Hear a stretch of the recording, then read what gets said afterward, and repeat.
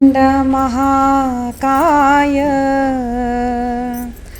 सूर्यकोटि समप्रभ निर्विघ्नं कुरु मे देव सर्वकार्येषु सर्वदा। या कुन्देन्दुतुषारहारधवला या शुभ्रवस्त्रावृता या वीणावरदण्डमण्डितकरा या श्वेतपद्मासना या ब्रह्माच्युत शङ्कर प्रभृतिभिर्देवैः सदा वन्दिता सा मां पातु सरस्वती भगवती निःशेषजाड्यापहा। भवानी शङ्करो वन्दे श्रद्धा विश्वासरूपिणौ याभ्यां विना न पश्यन्ति सिद्धा स्वान्तस्थमीश्वरम्। गुरुर्ब्रह्मा गुरुर्विष्णुः गुरुर्देवो महेश्वरः गुरुः साक्षात् परब्रह्म तस्मै श्री गुरवे नमः। वंशी विभूषितकरान्नवनीरदाभात् पीताम्बरातरुणबिम्बफलाधरोष्ठात् पूर्णेन्दुसुन्दरमुखात् अरविन्दनेत्रात् कृष्णात् परं किमपि तत्त्वमहं न जाने।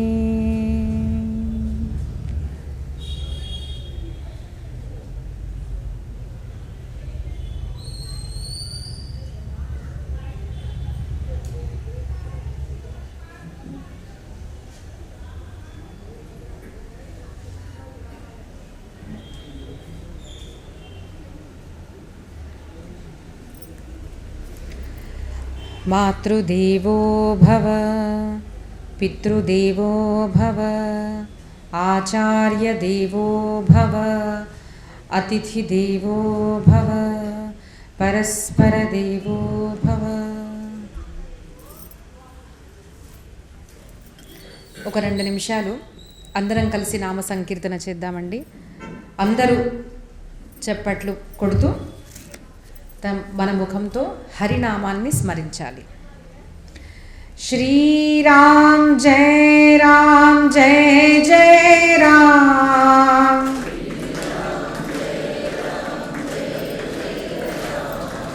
శ్రీరామ్ జయ రామ్ జయ జయ రామ్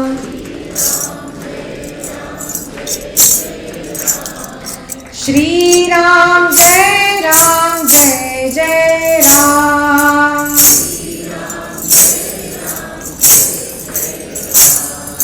श्री राम जय जय राम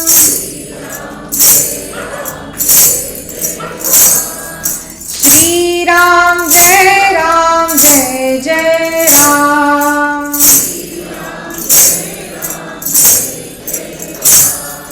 श्री राम जय जय राम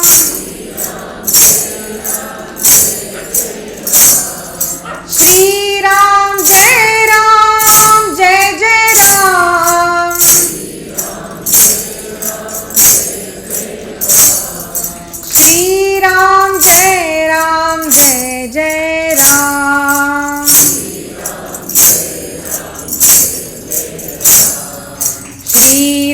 जय राम जय जय राम श्री राम जय हनुमान श्री राम जय जय राम श्री राम जय जय राम श्री राम जय जय राम श्री राम जय जय राम श्री राम जय जय राम श्री राम जय जय राम श्री राम जय जय राम श्री राम जय जय राम श्री राम जय जय राम श्री राम जय जय राम सियावर रामचंद्र की पवन सुत हनुमान की उमापति महादेव की आर्य सनातन वैदिक हिंदू धर्म की भारत माता की गो माता की गंगा माता की सद्गुरुदेव भगवान की परात्पर परब्रह्म పరమేశ్వరుడు జగదీశుడు జగన్నాథుడు నా ఇష్టమైన భగవాన్ శ్రీకృష్ణుల వారి అసీమ దయచేత మనకు అత్యంతంగా దుర్లభమైన సత్సంగము ఛత్రపతి శివాజీ మహారాజ్ చరిత్ర రూపంగా మనకు ఉపలబ్ధమైనది. నిన్నటి రోజు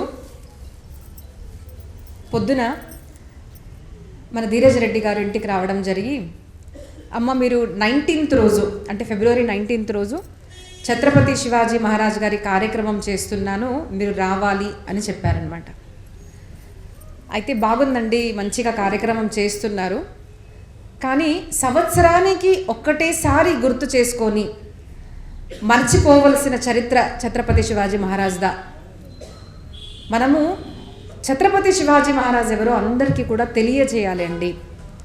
ఛత్రపతి శివాజీ మహారాజ్ కథ కూడా నేను చెప్తాను అని చెప్పంగానే, అమ్మ నాకు తెలీదు, మీరు ప్రవక్త అనుకుంటే రామాయణం భాగవతం ఏదో దేవుళ్ళ గురించి ప్రవచనాలు చేసేవారు అనుకున్నాను, నాకు చాలా చాలా సంతోషం తల్లి, నేను ఖచ్చితంగా రేపటి నుంచే మనం ప్రారంభిద్దాము అన్నారు. అయితే చాలా చాలా సంతోషం కలిగిందండి. ఎందుకంటే మా గురుగారు అయోధ్య రామ మందిర్ కోశాధ్యక్ష. మీరు కనుక చూసుంటే అయోధ్య రామ మందిర్ ప్రతిష్ఠ జరిగినప్పుడు మోదీ గారికి తీర్థం దాక్కిచ్చారు చూడండి. Is the treasurer of Ayodhya Rama Mandir and vice president of Mathura temple. గురుగారు మొన్ననే అంటే జనవరి 25th రోజు 78 years ప్రారంభం అయిన యువకుడు. ఎందుకంటే మా గురుగారు ఎప్పుడు అంటారు, ఐఎమ్ నెవర్ ఓల్డ్, నేను ఎప్పుడు యూత్ని అంటారనమాట. సో అలాంటి గురుగారు, ఆయన చరిత్ర కూడా మనం గనక చూస్తే ఈరోజు ఖచ్చితంగా గురుగారిని స్మరించాల్సిందే. మామూలుగా కూడా రోజు స్మరిస్తాను, కానీ ఆయన శ్రీమద్ భాగవతం, రామాయణం, భగవద్గీత, శివపురాణము, దేవి భాగవతము, దత్త పురాణము ఇవన్నీ కూడా చెప్పేవారు. కానీ నిజంగా భారతీయుల్లో పౌరుషం రేపాలి, లేదు అంటే మళ్ళీ మనం భారతీయ చరిత్ర నిర్మించాలి అంటే మహాభారతం చెప్పాలి అని మహాభారతం యొక్క కథలు వేగంగా ప్రారంభించిన ఒక ప్రవక్త అంటే మా సద్గురుదేవులు. ఎప్పుడు కూడా అడిగితే గురుగారు ఒక్క గ్రంథం చెప్పండి, పిల్లలు, పెద్దవాళ్ళు, చిన్నవాళ్ళు, ఆడవాళ్ళు అందరూ కూడా లైఫ్ని సక్సెస్ఫుల్ చేయాలి అంటే ఒక గ్రంథం చెప్పండి అంటే హీ ఆల్వేస్ సజెస్ట్ మహాభారతం. ఏదో చెప్తున్నారు అనుకునేదాన్ని, కానీ చదివిన తర్వాత నాకు కూడా అర్థమైంది ఏంటిదంటే ద బెస్ట్ మేనేజ్మెంట్ స్కిల్స్ గనక మనం నేర్చుకోవాలి లైఫ్లో అంటే the book of management is Mahabharata. మహాభారతము గ్రంథం పేరు అనుకుంటారు చాలామంది, కానీ ఆ గ్రంథం పేరు జయనామ గ్రంథ. So the book of success, జయము కావాలి అంటే ఈ గ్రంథాన్ని పఠించాలి. అది ఏంటిది? మహాభారతము ఇతిహాసము. తరువాత రామాయణం.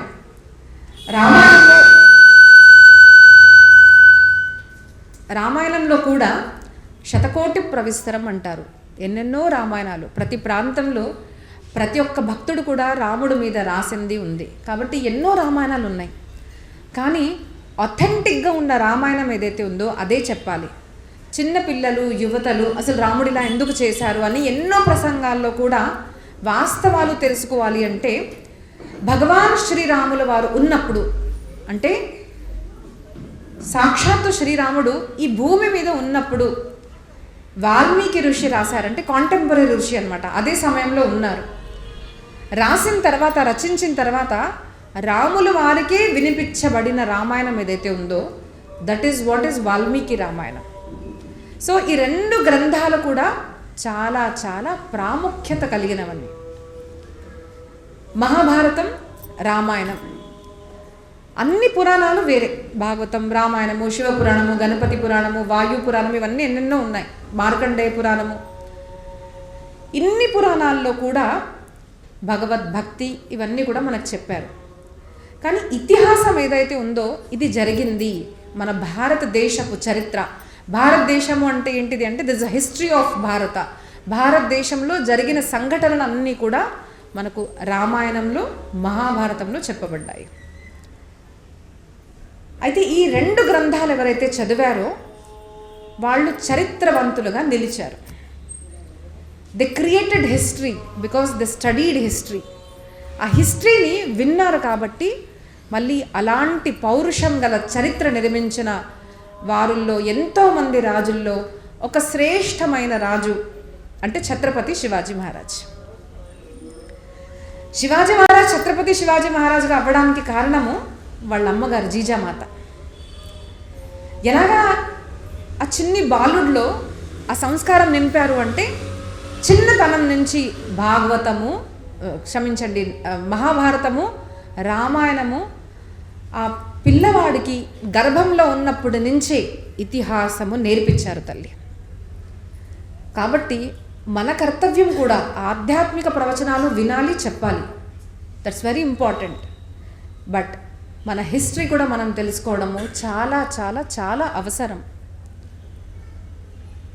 ఎందుకు అంటే ఎవరైతే మన హిస్టరీని మనం తెలుసుకోమో, మన భారతదేశం గురించి మనకు ఎప్పుడు దాకా అయితే అభిమానం కలగతో మన భారతదేశము, మన చరిత్ర, అప్పుడు దాకా అట్లీస్ట్ ప్రజెంట్ సిచ్యువేషన్లో ఉన్న మెంటాలిటీ కనుక జనాలది చెప్తే ఎలా ఉందంటే, మరి భయానికి చెప్తారో లేదు అంటే అవసరం లేదని అనుకుంటారో తెలియదు కానీ most of us are seculars అన్నమాట.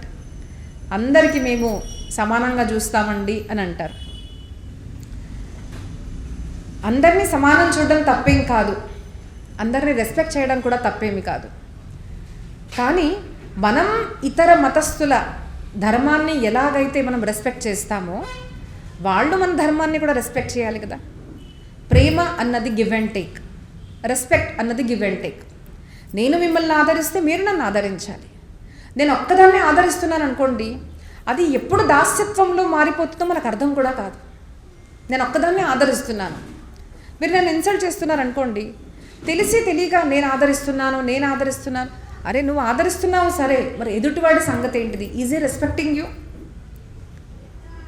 సో ఇలాంటి సంఘటనలు జరిగిన తర్వాత మనుష్య బుద్ధి ఎలాగ జరిగిందంటే మేము రెస్పెక్ట్ ఇస్తాం కదా అంటారు. దానికి కారణం వల్ల ఏమైందంటే లాస్ట్ మంత్ కనుక చూస్తే క్రిస్మస్ వచ్చింది.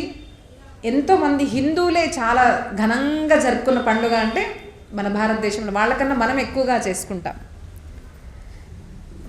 అలాగే ఇతర మతస్థులు కూడా వాళ్ళు మత ప్రచారం చేస్తున్నప్పుడు అయ్యో వాళ్ళ తప్పేంటిది అని మాట్లాడేవాళ్ళు మన వాళ్ళే అనమాట. ఎన్నిసార్లు చెప్పినా కూడా మార్పు అనేది రావడం లేదు. మన భారతదేశం తక్కువ, మన భారతదేశపు చరిత్ర అంటే తక్కువ. బికాస్ భారతం నుంచి అది ఇండియా అయిపోయింది. అండ్ మనలో కూడా చాలామందికి అర్థం కాదు, నీ దేశం పేరేంటమ్మా అంటే ఇండియా అని చెప్పుకుంటున్నాము. కానీ మన దేశం పేరు భారతం, భారతదేశం. భారతము అంటే దానికి ఒక ఇతిహాసం ఉంది, దానికి ఒక చరిత్ర ఉంది, చరిత్రవంతుల చరిత్ర ఉంది. కేవలం భారతదేశంలో మాత్రమే మనం గనక చూస్తే ప్రతి ప్రాంతం, మీరు జస్ట్ హైదరాబాద్లోనే చూడండి, ఎన్నెన్నో తీర్థస్థలాలు, ఎన్నెన్నో చోట్లలో సాక్షాత్తు కృష్ణుడు ఆవిర్భవించినట్టు సాక్షాత్తు శివుడు ఆవిర్భవించిన టెంపుల్స్ మన దగ్గర ఉన్నాయి. నరసింహస్వామి ఆవిర్భవించిన టెంపుల్ సిటీస్లో ఉన్నాయి, live about other places. So ఇది తీర్థస్థానం కాదు అనుకుంటారు చాలామంది, ధామం కాదు అనుకుంటారు. బట్ మనం గనక చూస్తే భారతదేశంలో అడుగున తీర్థస్థలాలు ఉన్నాయి. అడుగున రాముడు నడియాడిన భూమి ఉంది, కృష్ణుడు నడియాడిన భూమి ఉంది. కేవలం భారతదేశంలో మాత్రమే తల్లులు ఎలా ఉన్నారు అంటే గర్భంలో సాక్షాత్తు పరమాత్మనే ధరించిన భూమి ఏదైతే ఉందో అది కేవలం భారతదేశపు భూమి. మిగతా ఎక్కడన్నా చూశారనుకోండి, the son of God has come or the messenger of God. కానీ భారతదేశంలో సాక్షాత్తుగా the God has come different forms. Rama, Krishna, Dattatreya ఎన్నెన్నో ఫామ్స్లో తీసుకొని వామన ఒక తల్లి గర్భంలో పుట్టి ఏం చెప్తున్నాడు అంటే, నేను పరమాత్మని కావచ్చు కానీ దేశపు తల్లి ఎవరైతే ఉందో ఆవిడ నన్ను పుత్రుడుగా కూడా చేసుకునేంత చరిత్రవంతులారు భారత్ భూమిలో ఉన్న తల్లి మాత్రమే. కాబట్టి పరమాత్మ భారతదేశంలోనే వచ్చాడు. భారతదేశంలో మాత్రమే ప్రతి నదిని మనము అమ్మ అంటాం, గంగమ్మ తల్లి కదండి.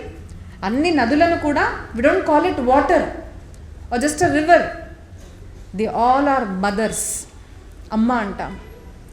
భారతదేశంలో ప్రతి ఒక్క చెట్టును కూడా మనము పూజించే దేశము భారతదేశము, ప్రతి ప్రాణిని పూజించే దేశము భారతదేశము. ఒక చిన్న రాయి తీసుకొని అమ్మవారండి అనగానే బొట్టు పెట్టంగానే అమ్మవారిని దాన్ని కూడా పూజిస్తాం మనము, అది భారతదేశం.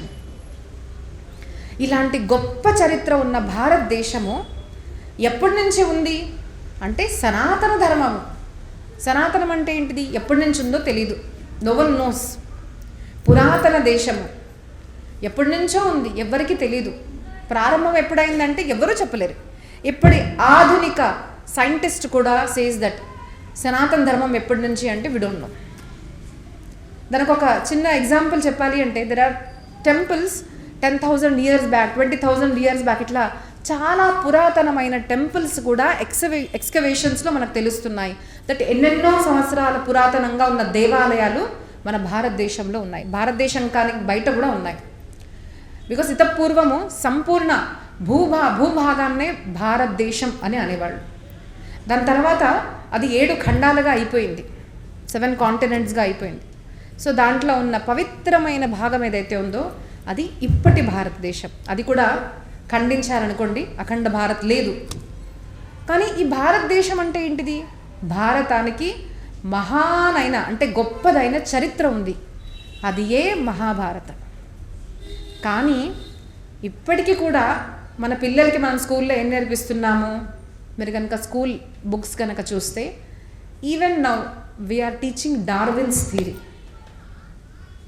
ఇప్పటికీ కూడా చాలామంది బిలీవ్ ఏం చేస్తారు అంటే మేము కోతుల నుంచి వచ్చిన వాళ్ళము, భారతదేశీయులకు ఎలా తినాలో తెలియదు, ఎలా వస్త్రధారణ చేయాలో తెలియదు, మాకు ట్రైన్స్ కానివ్వండి, మాకు ఈ సౌకర్యాలు కానివ్వండి బ్రిటిషర్స్ తీసుకొస్తే మన దగ్గరికి వచ్చింది, అప్పటి నుంచి we have become so called educated అని మనం కూడా మనలోనే చాలామంది భావిస్తారు. ఎందుకు అంటే చరిత్రను ఎరేస్ చేసే ప్రయత్నము 1 రోజు 2 రోజు కాదు, తరతరాలుగా జరిగిందనమాట. సరే జరిగింది, సరే మరి ఇప్పుడన్నా at least we have to take a wake up call కదా. ఇప్పుడన్నా మనం ఆలోచిస్తున్నామా, మన స్కూల్స్లో మన పిల్లలకి ఏం నేర్పిస్తున్నారు, మన భారతదేశం గురించి మనకెంత తెలిస్తే కదండి మనం ప్రౌడ్గా విదేశాలకు వెళ్ళినప్పుడు నేను భారతదేశం నుంచి వచ్చాను గొప్పగా చెప్పుకుంటాం. కానీ మనము ఇప్పటికీ కూడా భారతదేశంలో చాలామంది, మా అబ్బాయి యూఎస్ రిటర్న్ అండి, మా అమ్మాయి యూఎస్ఏలో ఉంటారు, వాళ్ళు ఆస్ట్రేలియాలో ఉంటారండి, ఇప్పుడే సిడ్నీకి వెళ్ళొచ్చాను, అంత ప్రౌడ్గా మనము భారతీయులము అని చెప్పుకుంటున్నామా? ఒకసారి మిమ్మల్ని మీరు క్వశ్చన్ చేసుకోండి. భారతదేశం నుంచి మేము వచ్చాము, మేము భారతీయులమండి అని గొప్పగా మీరు విదేశాల్లోకి వెళ్ళి ఎప్పుడన్నా చెప్పుకుంటున్నారా? లేదంటే మన భారతదేశంలో మీరు ఎప్పుడన్నా చెప్పుకుంటున్నారా అంటే నో. బికాస్ చీర కట్టుకోవడము అంటే వెనకబడిన వాళ్ళు చీరలు కట్టుకుంటారు. కొంతమంది అనొచ్చు అలా ఏం కాదమ్మా అంటే, నిజంగా ఒక మాట చెప్పండి, ఫారెన్ కంట్రీకి వెళ్ళాలి అని మీరు కనుక వీసా తీశారనుకోండి, ఫస్ట్ మార్పు ఏం చేస్తారు మీరు? బట్టలు అక్కడ చీరలేం కట్టుకుంటాం, మంచి మంచి డ్రెస్సులు తీసుకుందాం మనం కదా. ఇక్కడ జడగట్టుకున్న ఆవిడ కూడా అక్కడికి వెళ్ళాక she just want to pose you know. అక్కడ వాళ్ళు ఇక్కడికి వచ్చారనుకోండి, వాళ్ళు అనుకుంటారా అరే అక్కడికి వెళ్తే అందరూ చక్కగా ఒంటి నిండా కూడా బట్టలు ధరించిన వాళ్ళు ఉన్నారు, మరి మనం ఇలాగా మన శరీరాన్ని చూపించుకుంటే వాళ్ళు ఏమని అంటారు, వాళ్ళు ఆలోచించరు. వాళ్ళు ఎలా ఉంటారో అలాగే వస్తారు. కానీ మనము మన పిల్లలకి చెప్పుకుంటాం కదండి, మన పిల్లలకి మనం ఇప్పుడు చెప్తున్నారు అందరు కూడా, అమ్మ మొత్తం బట్టలు వేసుకో అంటే మా పిల్లలు వినడం లేదు అంటారు. ఆ పిల్లలకి చెప్పే ముందు ఒక్క క్వశ్చన్ మనకి మనం వేసుకుంటే, do I feel proud about wearing a sari or wearing complete dress covering my body? పెద్దవాళ్ళకు ఉందా? మనలో ఉన్నప్పుడు మన పిల్లలకి కూడా వస్తుంది. చిన్న చిన్న విషయాల్లో నుంచి తెలుస్తుంది. నా భారతదేశము, నా భారతీయ సంస్కృతి ఎప్పటి నుంచి ఉందమ్మా అని మీ పిల్లలు చెప్తే చెప్పగలగాలి. మనకేం తెలియదమ్మా, మనకు వాళ్ళు వచ్చి నేర్పించారని కాదు. ప్రతి ఇంట్లో ప్రతి ఆడ మొగ చెప్పగలగాలి, నాన్న మనది డార్విన్స్ థియరీ కాదు, త్రేతాయుగం సత్యయుగంలో నుంచి రాసిన కథలు మన దగ్గర ఉన్నాయి. And there are proofs of excavations also. అప్పటికి కూడా మనకు ఏంటిదంటే నమ్మకం లేదు. కాబట్టి ఇప్పుడు కూడా మనము మన దేశాన్ని ఇండియా అని పిలుచుకుంటున్నాము. బట్ నేను ఇంతకు ముందు కూడా వీడియో చేశాను, పబ్లిక్ నుంచి ప్రెజర్ వస్తేనే అది పిఎం దాకా వెళ్తుంది. We all have to strive hard that మన భారతదేశాన్ని భారతదేశం అనే పిలవాలి, ఇండియా అన్నది తీసేయాలి. ఇండియా ఆధునిక పేరు. ఇప్పుడు ఇక్కడ ఎవరన్నా పేరు రమేష్ అనుకోండి, నేను సురేష్ అని పిలవంగానే అమ్మ నా పేరు రమేష్ అమ్మ అని అంటారు, అంతే కదా. Because we identify ourselves with that name. అది నా పేరమ్మా, అది సురేష్ కాదండి రమేష్. సురేష్లో ఏమైనా తప్పు ఉందా? తప్పు లేదు, కానీ నా పేరు సురేష్ కాదు కదా అని మనం అంటాం. సిమిలర్లీ మన భారతదేశము భారతము అని చెప్పబడే దేశము, మరి ఇండియా ఎందుకు పిలుస్తున్నారు? అమెరికాని ఇంగ్లీష్లో కానివ్వండి, హిందీలో కానివ్వండి, తెలుగులో కానివ్వండి, అన్ని చోట్లలో కూడా మనం అమెరికా అనే పిలుస్తున్నాం, తెలుగులో కూడా. Then why is Bharat called as India in English? మనం ఒకసారి ప్రశ్నించాలి. ఏమవుతుంది, అబ్బా ఎవడేదో టూ మచ్ అని అనుకునే వాళ్ళు కూడా కొంతమంది ఉండొచ్చు. But again I'm telling you, పేరులో ఒక చరిత్ర ఉంది. మన భారతదేశం అంటే మహాభారతం, ఎన్నెన్నో చరిత్రలు ఉన్న మన భారతదేశం అని గుర్తు చేసే పేరు భారతదేశం. ఇండియాకి ఏమంత హిస్టరీ లేదు, but Bharat has some thousands and lakhs of years of history. That's the reason మన దేశాన్ని మనం భారతం అనే పిలవాలి. దానికి చరిత్ర ఉంది. రాముడు కృష్ణుడు నడియాడు దేశం. కానీ దౌర్భాగ్యం ఏంటిది అంటే, మన భారతదేశము ఇలా అవ్వడానికి కారణము, ఆర్ మన మెంటాలిటీస్ ఇలా అవ్వడానికి కారణము, మన ఎడ్యుకేషన్ సిస్టమ్ ఇలా అవ్వడానికి కారణము తరతరాలుగా జరిగిన ఇన్వేజన్స్. మన భారతదేశం మీద అరబ్స్ కానివ్వండి, పర్షియన్స్ కానివ్వండి, హూనాస్ కానివ్వండి, ఇలాగా తరతరాలుగా గజనీ కానివ్వండి, తర్వాత ముఘల్స్ కానివ్వండి, దెన్ బ్రిటిషర్స్, ఇలాగా సహస్ర సంవత్సరాల తరబడి భారతదేశం మీద ఇన్వేజన్స్ జరిగినప్పుడు somewhere the history got erased or forgotten. మర్చిపోయాం. మన దేశం ఎలా ఉండేది అన్నది మనం మర్చిపోయాం. కాబట్టి మనం ఎవరో మనకు తెలియదు, మేము ఎలా ఉండేవాళ్ళము. కలియుగం గనక చూస్తే ఇప్పుడు 5,000 years క్రాస్ అయింది. దానికి ముందున్న ద్వాపర యుగము అంటే కలియుగం 4,32,000గా చెప్పబడింది మనకు. దానికి డబల్ 8,64,000 మనకు ద్వాపర యుగము.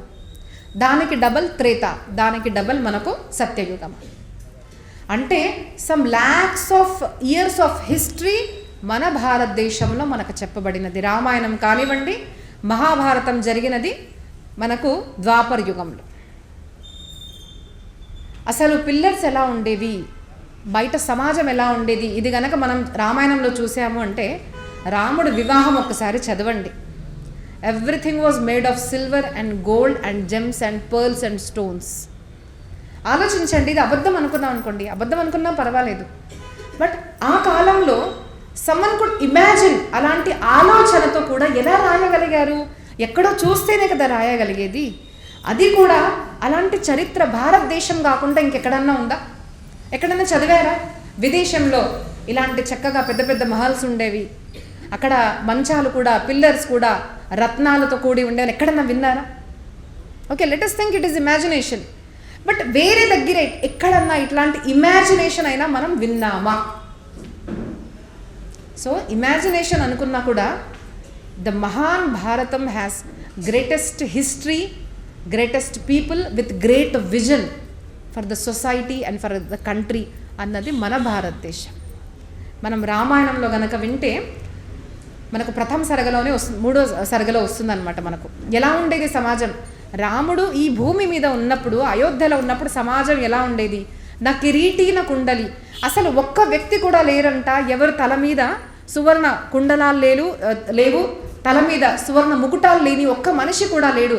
అలాంటి అయోధ్య భూమి గురించి మనకు వర్ణించారు. ఇప్పుడు చూడండి, న్యూస్ చూస్తున్నాం కదా, బంగారం ధరలు ఎలా అయిపోయాయి? 1,60,000 రైట్. ఇప్పుడు కొనాలి అంటే భయం వేస్తుంది. ఎంత ఉంది మన దగ్గర బంగారం అంటే? కిలో, 2 కిలోలు, 100 కిలోలు ఉన్నా కూడా చాలా తక్కువే. ముకుటాలు అయితే ఉండవు, మంచాలు అయితే చేయించలేము మనం. But there was a period in Bharat that ఇల్లు కూడా మొత్తం సువర్ణాలతో ఉండేది, జెమ్స్తో ఉండేది. ఎంత అద్భుతంగా ఉన్న మన భారతదేశపు చరిత్ర మనం మర్చిపోయాము. ఎందుకు అంటే మనము మహాభారతాన్ని, రామాయణాన్ని వినడం మానేశాం. ఎంతమంది రామాయణం, భాగవతం విన్నారండి? రామాయణం విన్నారా? చూడండి, మీరే చూడండి, ఇంతమందిలో ఇంత తక్కువ చేతులు ఎత్తుతున్నాయి. దాంట్లో కూడా నేను క్వశ్చన్స్ అడిగితే ఎంతమంది చెప్పగలుగుతారో తెలియదు. దాంట్లోనే పెద్దవాళ్ళు ఎక్కువ ఉన్నారు. మీ పిల్లలు విన్నారా అంటే అమ్మ అస్సలకే వినరు అంటారు. ఎందుకు అంటే we are not proud about our own history.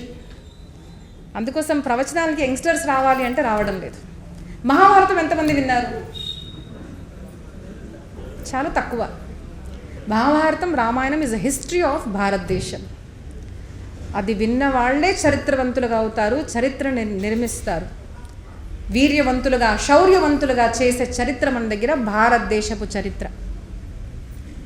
అయితే రామాయణం, మహాభారతం గురించి ఎందుకు చెప్పాను నేను అంటే that is the base point of our history. అదే మన హిస్టరీ.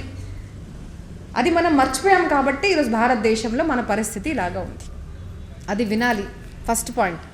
సెకండ్ పాయింట్, మరి ఛత్రపతి శివాజీ మహారాజ్ చరిత్ర చెప్పుకుంటున్నాం కదా మనము, అవసరమా అంటే చాలా అవసరము. నేటి కాలంలో అయితే ఖచ్చితంగా అవసరము. మా గురుగారు లాస్ట్ ఇయర్ అంటే 1 సంవత్సరం క్రితం స్వామి రామ్దేవ్ బాబా పతంజలిలో మొదటి ఛత్రపతి శివాజీ మహారాజ్ కథ రోజుకు 3.5 గంటలు 9 రోజుల పాటుగా చేశారు. తర్వాత సోలాపూర్లో ఫస్ట్ మరాఠీ కథ జరిగింది. ఎప్పటి నుంచో కోరిక ఉండేదన్నమాట, మనం కూడా వ్యాసపీఠం మీద కూర్చొని ఇలాగే శివ చరిత్ర చెప్పాలి అని చాలా కోరిక ఉండేది. అభ్యాసం చేస్తూ ఉండేదాన్ని. కానీ నిన్న ఇలా రావడము, చెప్పడము అనే సంకల్పము ఖచ్చితంగా గురుగారిది సంకల్ప బలం అని నేను భావిస్తున్నాను. ఎందుకు అంటే ఈరోజు సమాజంలో మీరు బాధపడ్డా పర్వాలేదు కానీ నేను వాస్తవాలు చెప్తానండి. ఎందుకంటే వ్యాసపీఠం మీద కూర్చున్నాం కాబట్టి I cannot speak to please you. వాస్తవం చెప్పాలి. కోపం వచ్చినా పర్వాలేదు, ఏమంది కోపం వస్తే మళ్ళీ పిలవరు, కానీ వాస్తవాలు చెప్పాలి. నేటి భారత సమాజము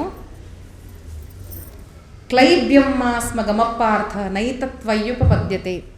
కృష్ణుడు అర్జునుడితో అన్న మాట ఏదైతే ఉందో క్లీబ్, నేను ట్రాన్స్లేట్ చేయను, మీరు ఇంటికి వెళ్ళాక చూసుకోండి. అలాగా అయిపోయామన్నమాట మనం. అంటే పురుషులు కాదు, స్త్రీలు కాదు, వీర్యము నశించిపోయిన భారతదేశపు పౌరులను ఇప్పుడు మనం చూస్తున్నాం. బాధ కలిగి ఉండొచ్చు, కోపం రావచ్చు, కానీ ఏది ఉన్నా పర్వాలేదు. బాధ పడినా కోపం వచ్చినా కూడా if the inner Shivaji is coming out, I'm successful. ఈ ప్రవచనం చేయడానికి కారణము అదే. ఛత్రపతి శివాజీ మహారాజ్ చరిత్ర చెప్పాలి, వినాలి.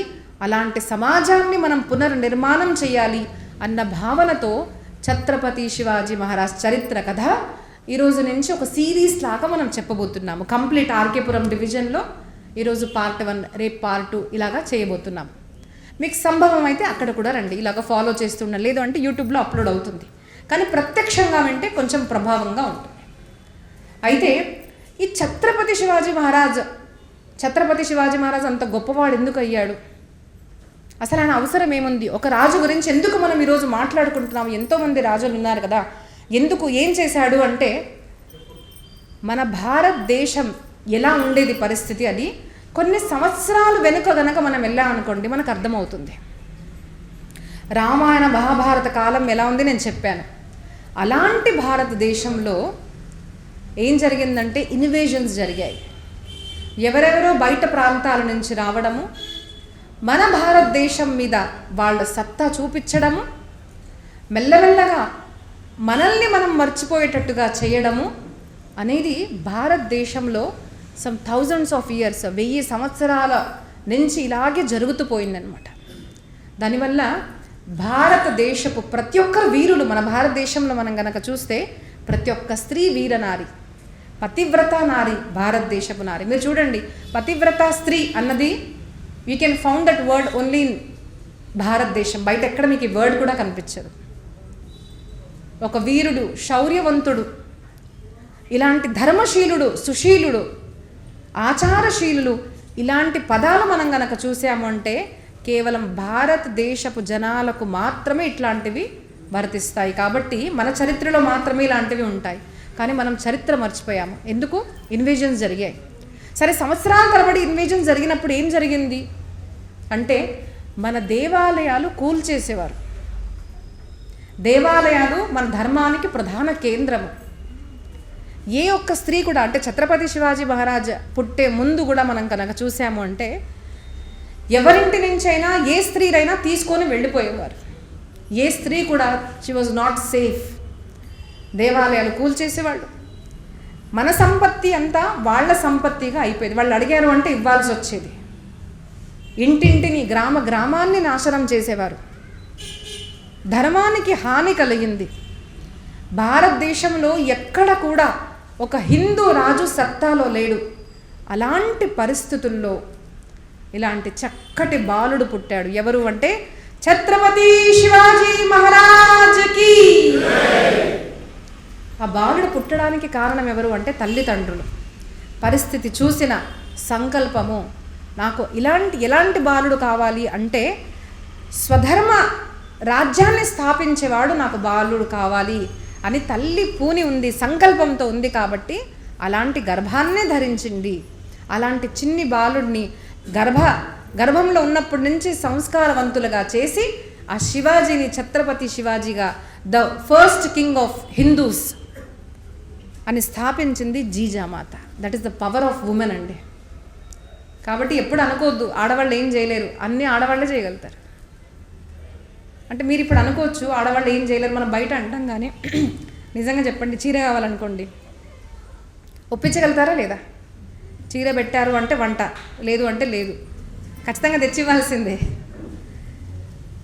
అంటే జోక్గా మాట్లాడుతున్నాను. కానీ ఆడవాళ్ళు అనుకుంటే ఇల్లు కానివ్వండి, మరి బయట కూడా మనం చూస్తాం ఆడవాళ్ళు ఇంత డెడికేటెడ్గా చేసేది పురుషులు ఎప్పుడూ చేయలేరు.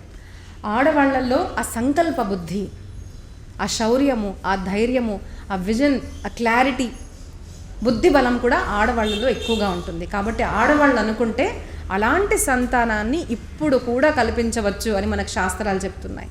That is the power of sanskaras, గర్భ సంస్కారం.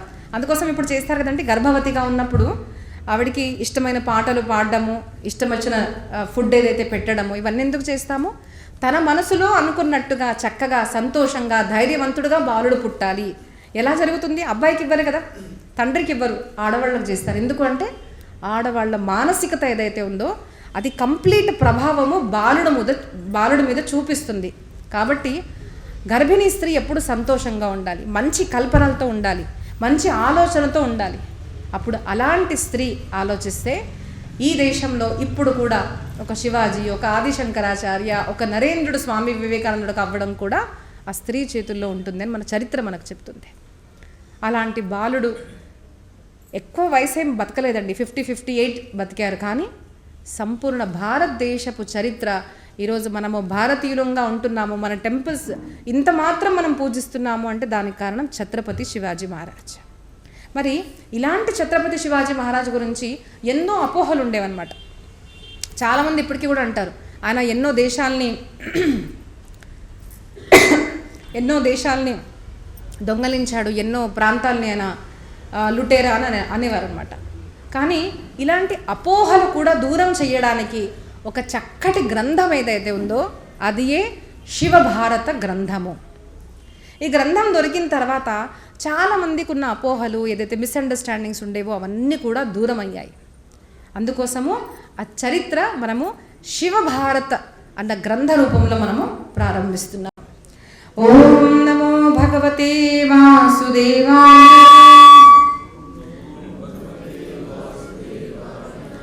కదాచిత్ పరమానంద శర్మా బ్రాహ్మణ సత్తమః తీర్థయాత్రా ప్రసంగేణ పురీం వారాణసీం యయు పరివార్యోపి వివిశుస్తే సర్వే తం ద్విజోత్తమాః శుశ్రూషమానాశ్చరితం ప్రతిథం శివభూపతేః యశాస్తి వసుధామేతాం రాజా రాజగిరీశ్వరః తులజాయా ప్రసాదేన లబ్ధరాజ్యో మహాతపః విష్ణోరంశో విశేషేణ లోకపాలాంశ సంభవః మనస్వీ సుప్రసన్నాత్మా ప్రతాపీ విజితేంద్రియః.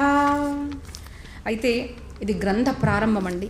ఎవరు చెప్పారు అంటే కవీంద్ర పరమానంద ఈ శివభారత అన్న చరిత్రను రచించారనమాట.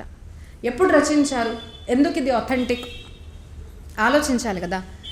ఎవరు రాశారు అంటే కవీంద్ర పరమానంద అన్న పేరుతో ఉన్న కవి ఛత్రపతి శివాజీ మహారాజ్ ఉన్న కాలంలోనే ఉన్నారు ఆయన.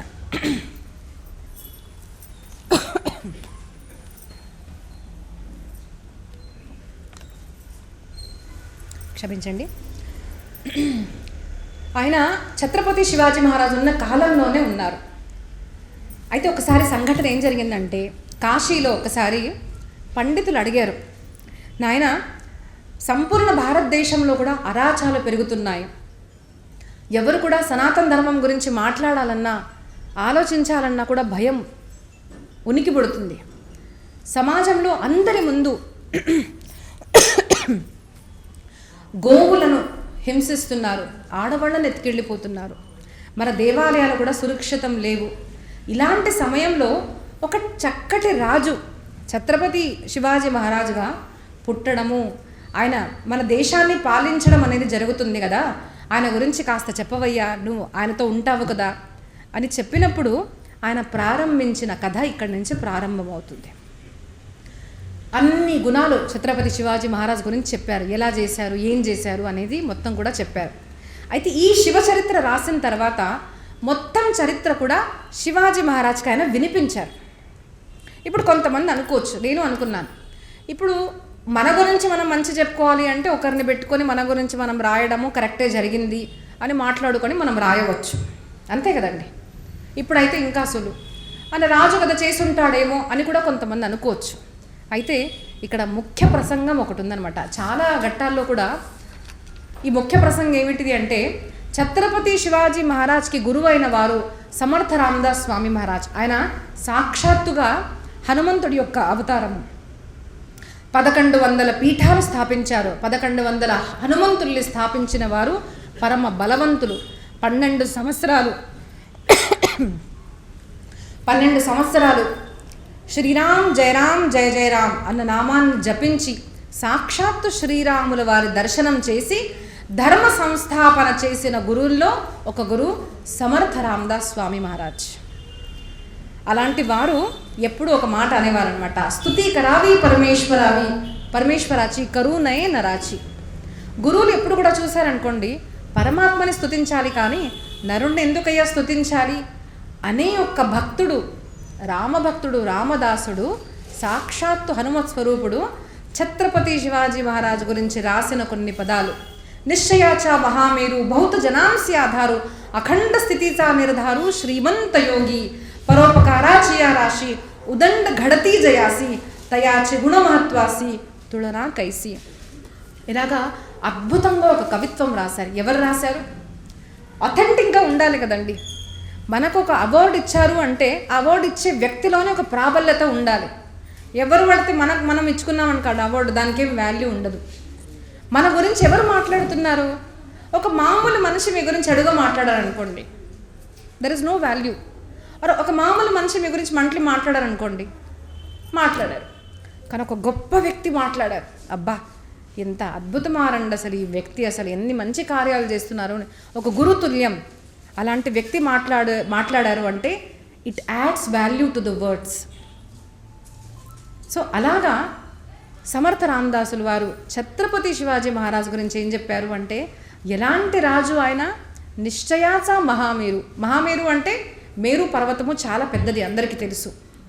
మహామేరు అంటే పెద్ద పర్వతము. పర్వతం అంటే ఏంటిది? అఖండంగా ఉన్నది, బలంగా ఉన్నది, దృఢంగా ఉన్నది. అయ్యా ఆయన నిశ్చయాలు అలా మహామేరులాగా ఉంటాయి. మనమున్నాం చూడండి, మనం కూడా ఎన్నో నిశ్చయాలు చేసుకుంటాం, ఇది చేస్తాను అది చేస్తాను, కాసేపటికి మనమే మర్చిపోతాం. ఇప్పుడు కొత్త సంవత్సరం వెళ్ళింది కదండి, చాలామంది మనం చూసుంటాము. 31 డిసెంబర్ రోజు చాలామంది అనుకుంటారు, ఈసారి నేను సన్నగా అవుతాను, నేను వాకింగ్ స్టార్ట్ చేస్తాను, కొంతమంది నామస్మరణ చేస్తాను, ఎన్నెన్నో మనం రిజల్యూషన్స్ తీసుకుంటాము. అవి ఎన్ని రోజులు మనం చేయగలిగాము? మహా అయితే 4 రోజులు 5 రోజులు, మరీ కష్టపడితే కొంతమంది 15 రోజులు చేస్తుంటారు, తర్వాత దండాలయ్యా చేయలేము అంటారు. బట్ నిశ్చయాస మహామేరు, మేరు పర్వతం వలె నిశ్చయించాడు అంటే పని జరగాల్సిందే. అలాంటి వాడు ఛత్రపతి శివాజీ. బహుత జనాంసి ఆధారు. ఇది చాలా గొప్ప గుణం అండి. మనం అందరం కూడా మన స్టేటస్లో మంచివాళ్ళమే. మన డబ్బుంది, ఇల్లుంది, సంపాదించుకున్నాము, ఫలానా డిగ్రీ ఉంది, ఏదో హోదా ఉంది అంటే మనం వెంటనే అనుకుంటాము, సరే మీరేదో గొప్పవాళ్ళు కావచ్చు.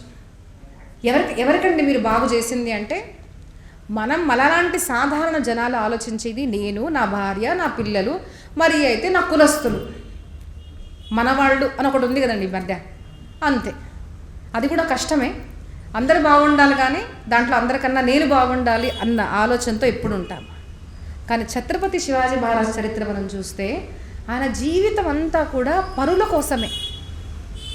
ఎన్ని ఆపదలు వచ్చినా కూడా నా సమాజము, నా దేశము అని ఆలోచించేవాడు, వాళ్ళకు ఆధారంగా బతికినవాడు గొప్పవాడు. దాన్నే గొప్పతనం అంటారండి.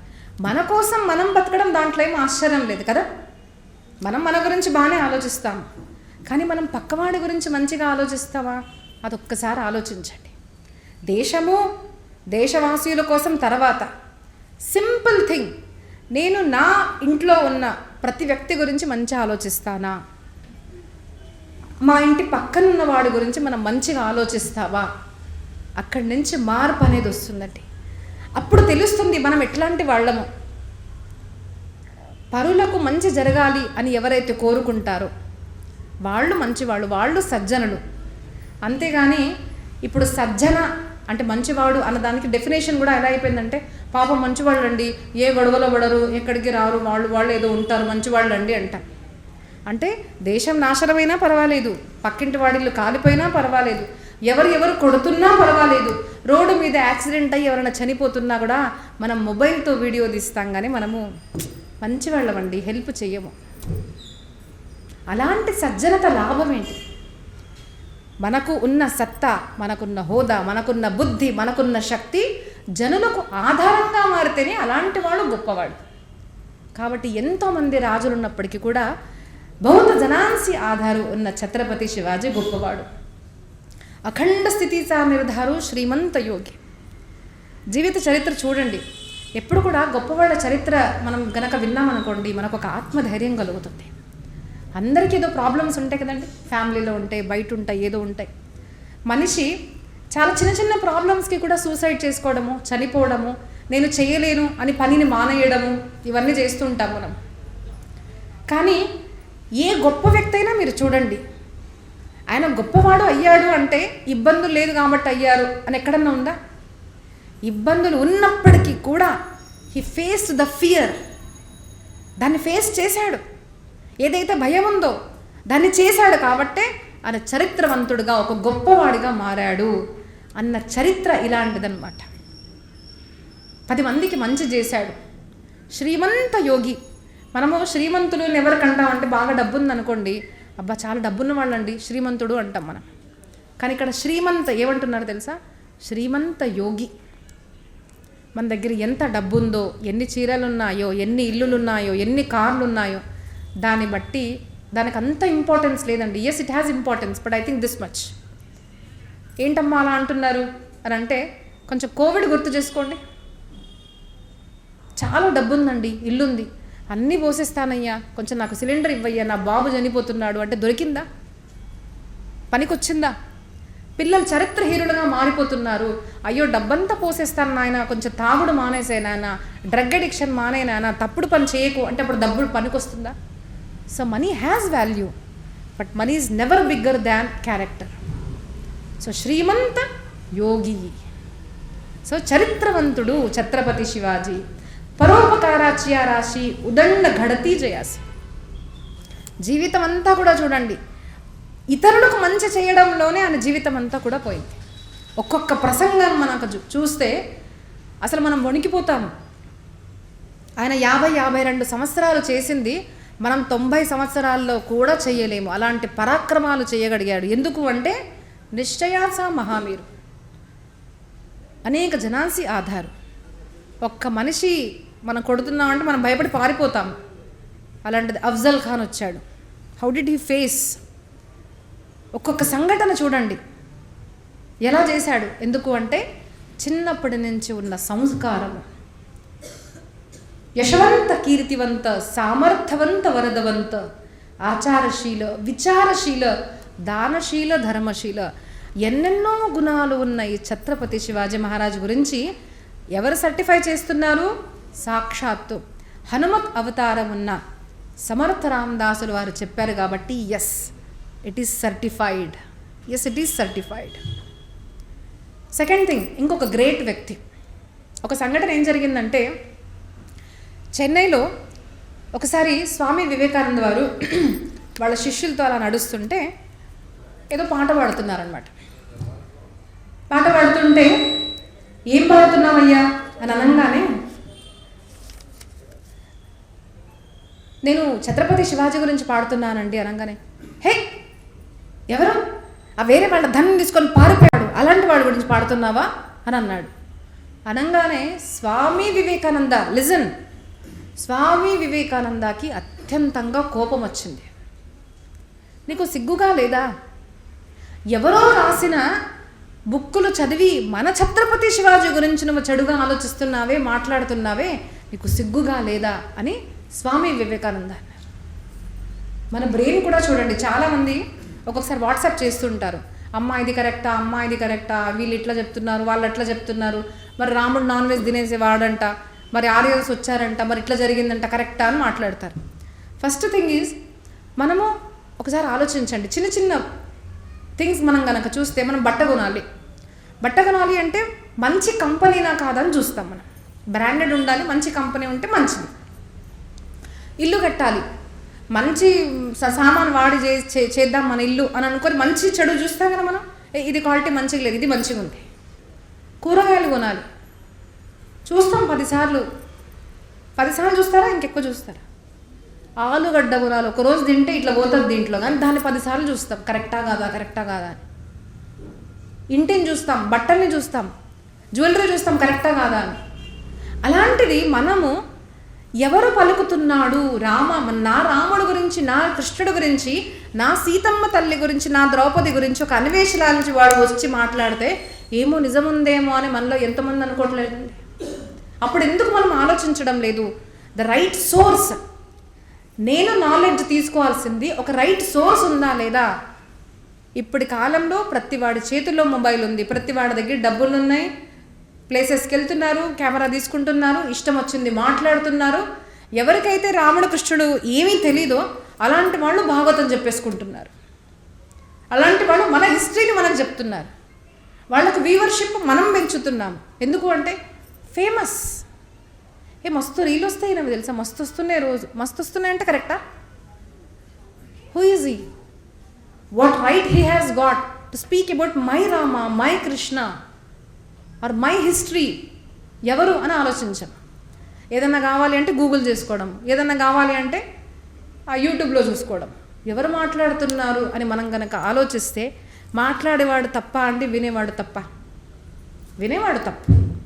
The Guru has to be authentic. ఒక గురు పరంపరలో ఉన్న వ్యక్తి మాత్రమే కరెక్ట్గా మనకు రైట్ ఇన్ఫర్మేషన్ ఇవ్వగలుగుతాడు అని మనం ఆలోచిస్తేనే మన నాలెడ్జ్ అంటే మన తలలోకి ఏదైతే వెళ్తుందో, మన చరిత్ర ఏదైతే నిర్మాణం అవుతుందో అదొక రైట్ సోర్స్ నుంచి రావాలి అని మనం ఆలోచించామనుకోండి, then we will filter the videos in Google and YouTube or media, whatever digital media. అది మనం ఫిల్టర్ చేసుకోవాలి, మనం ఆలోచించాలి. అప్పుడు మనకు తెలుస్తుంది. ఎవ్వరు పడితే గ్రంథాలు రాస్తున్నారు, థౌజండ్స్ ఆఫ్ బుక్స్ ఎంతోమంది రాస్తున్నారు, పబ్లిష్ చేస్తున్నారు, మేము బుక్ రైటర్స్ అంటున్నారు. అసలు ఏం రాశారు దాంట్లో ఎంత కరెక్ట్ ఉంది మనం ఆలోచించకుండా ఎవరో రాసిన చరిత్రను చదివి అది మన పిల్లలకి నేర్పించి, మనమేమో మా పిల్లలు ఇంగ్లీష్ చదువుకుంటారండి, ఓ ముచ్చటగా మాట్లాడుతుంది మా పిల్ల ఇంగ్లీష్. మన పిల్లలకి తెలుగు వచ్చా? ఒక పద్యం పాడడానికి వస్తుందా? అమ్మమ్మ అంటుందా? లేదు అంటే గ్రానీ అంటుందా? అమ్మ అన్న పిలుపు వదిలేసి మమ్మీ అంటుంటే మీరు ప్రౌడ్ ఫీల్ అవుతారు చూడండి. అక్కడ చిన్న చిన్న దాంట్లో నుంచి చరిత్ర నాశనం అయిపోతుంది. నాన్నగారు ఎక్కడ పోయింది, వదినమ్మ ఎక్కడ పోయింది, పేర్లతో పిలుచుకుంటున్నారు. చిన్న చిన్న విషయాల్లో ఉంటుందండి. ఎందుకు అంటే మనము ఆదర్శంగా పెట్టుకున్నది తప్పు వాళ్ళు, తప్పటి వాళ్ళను మనము ఆచరించడం, అలాంటి బుక్స్ని చదవడము, అలాంటి సోర్స్ నుంచి మనం నాలెడ్జ్ తీసుకోవడం వల్ల ఏమైపోతుందంటే మన బుద్ధి భ్రష్టమైపోయింది. మన ఛత్రపతి శివాజీ మహారాజు గురించి మనం చెడుగా చెప్పుకుంటున్నాము, మన రాముడి గురించి మనం చెప్పుకుంటున్నాం. కాబట్టి గుర్తుపెట్టుకోండి, ఇతర మతస్థుల తప్పు లేదు. లవ్ జిహాద్కి కారణము మనము. The Christianization happening in the society కారణం మనము. వాళ్ళు వస్తారు, వాళ్ళు చెప్తారు, మనకు బుద్ధి లేదా? ఎక్కడ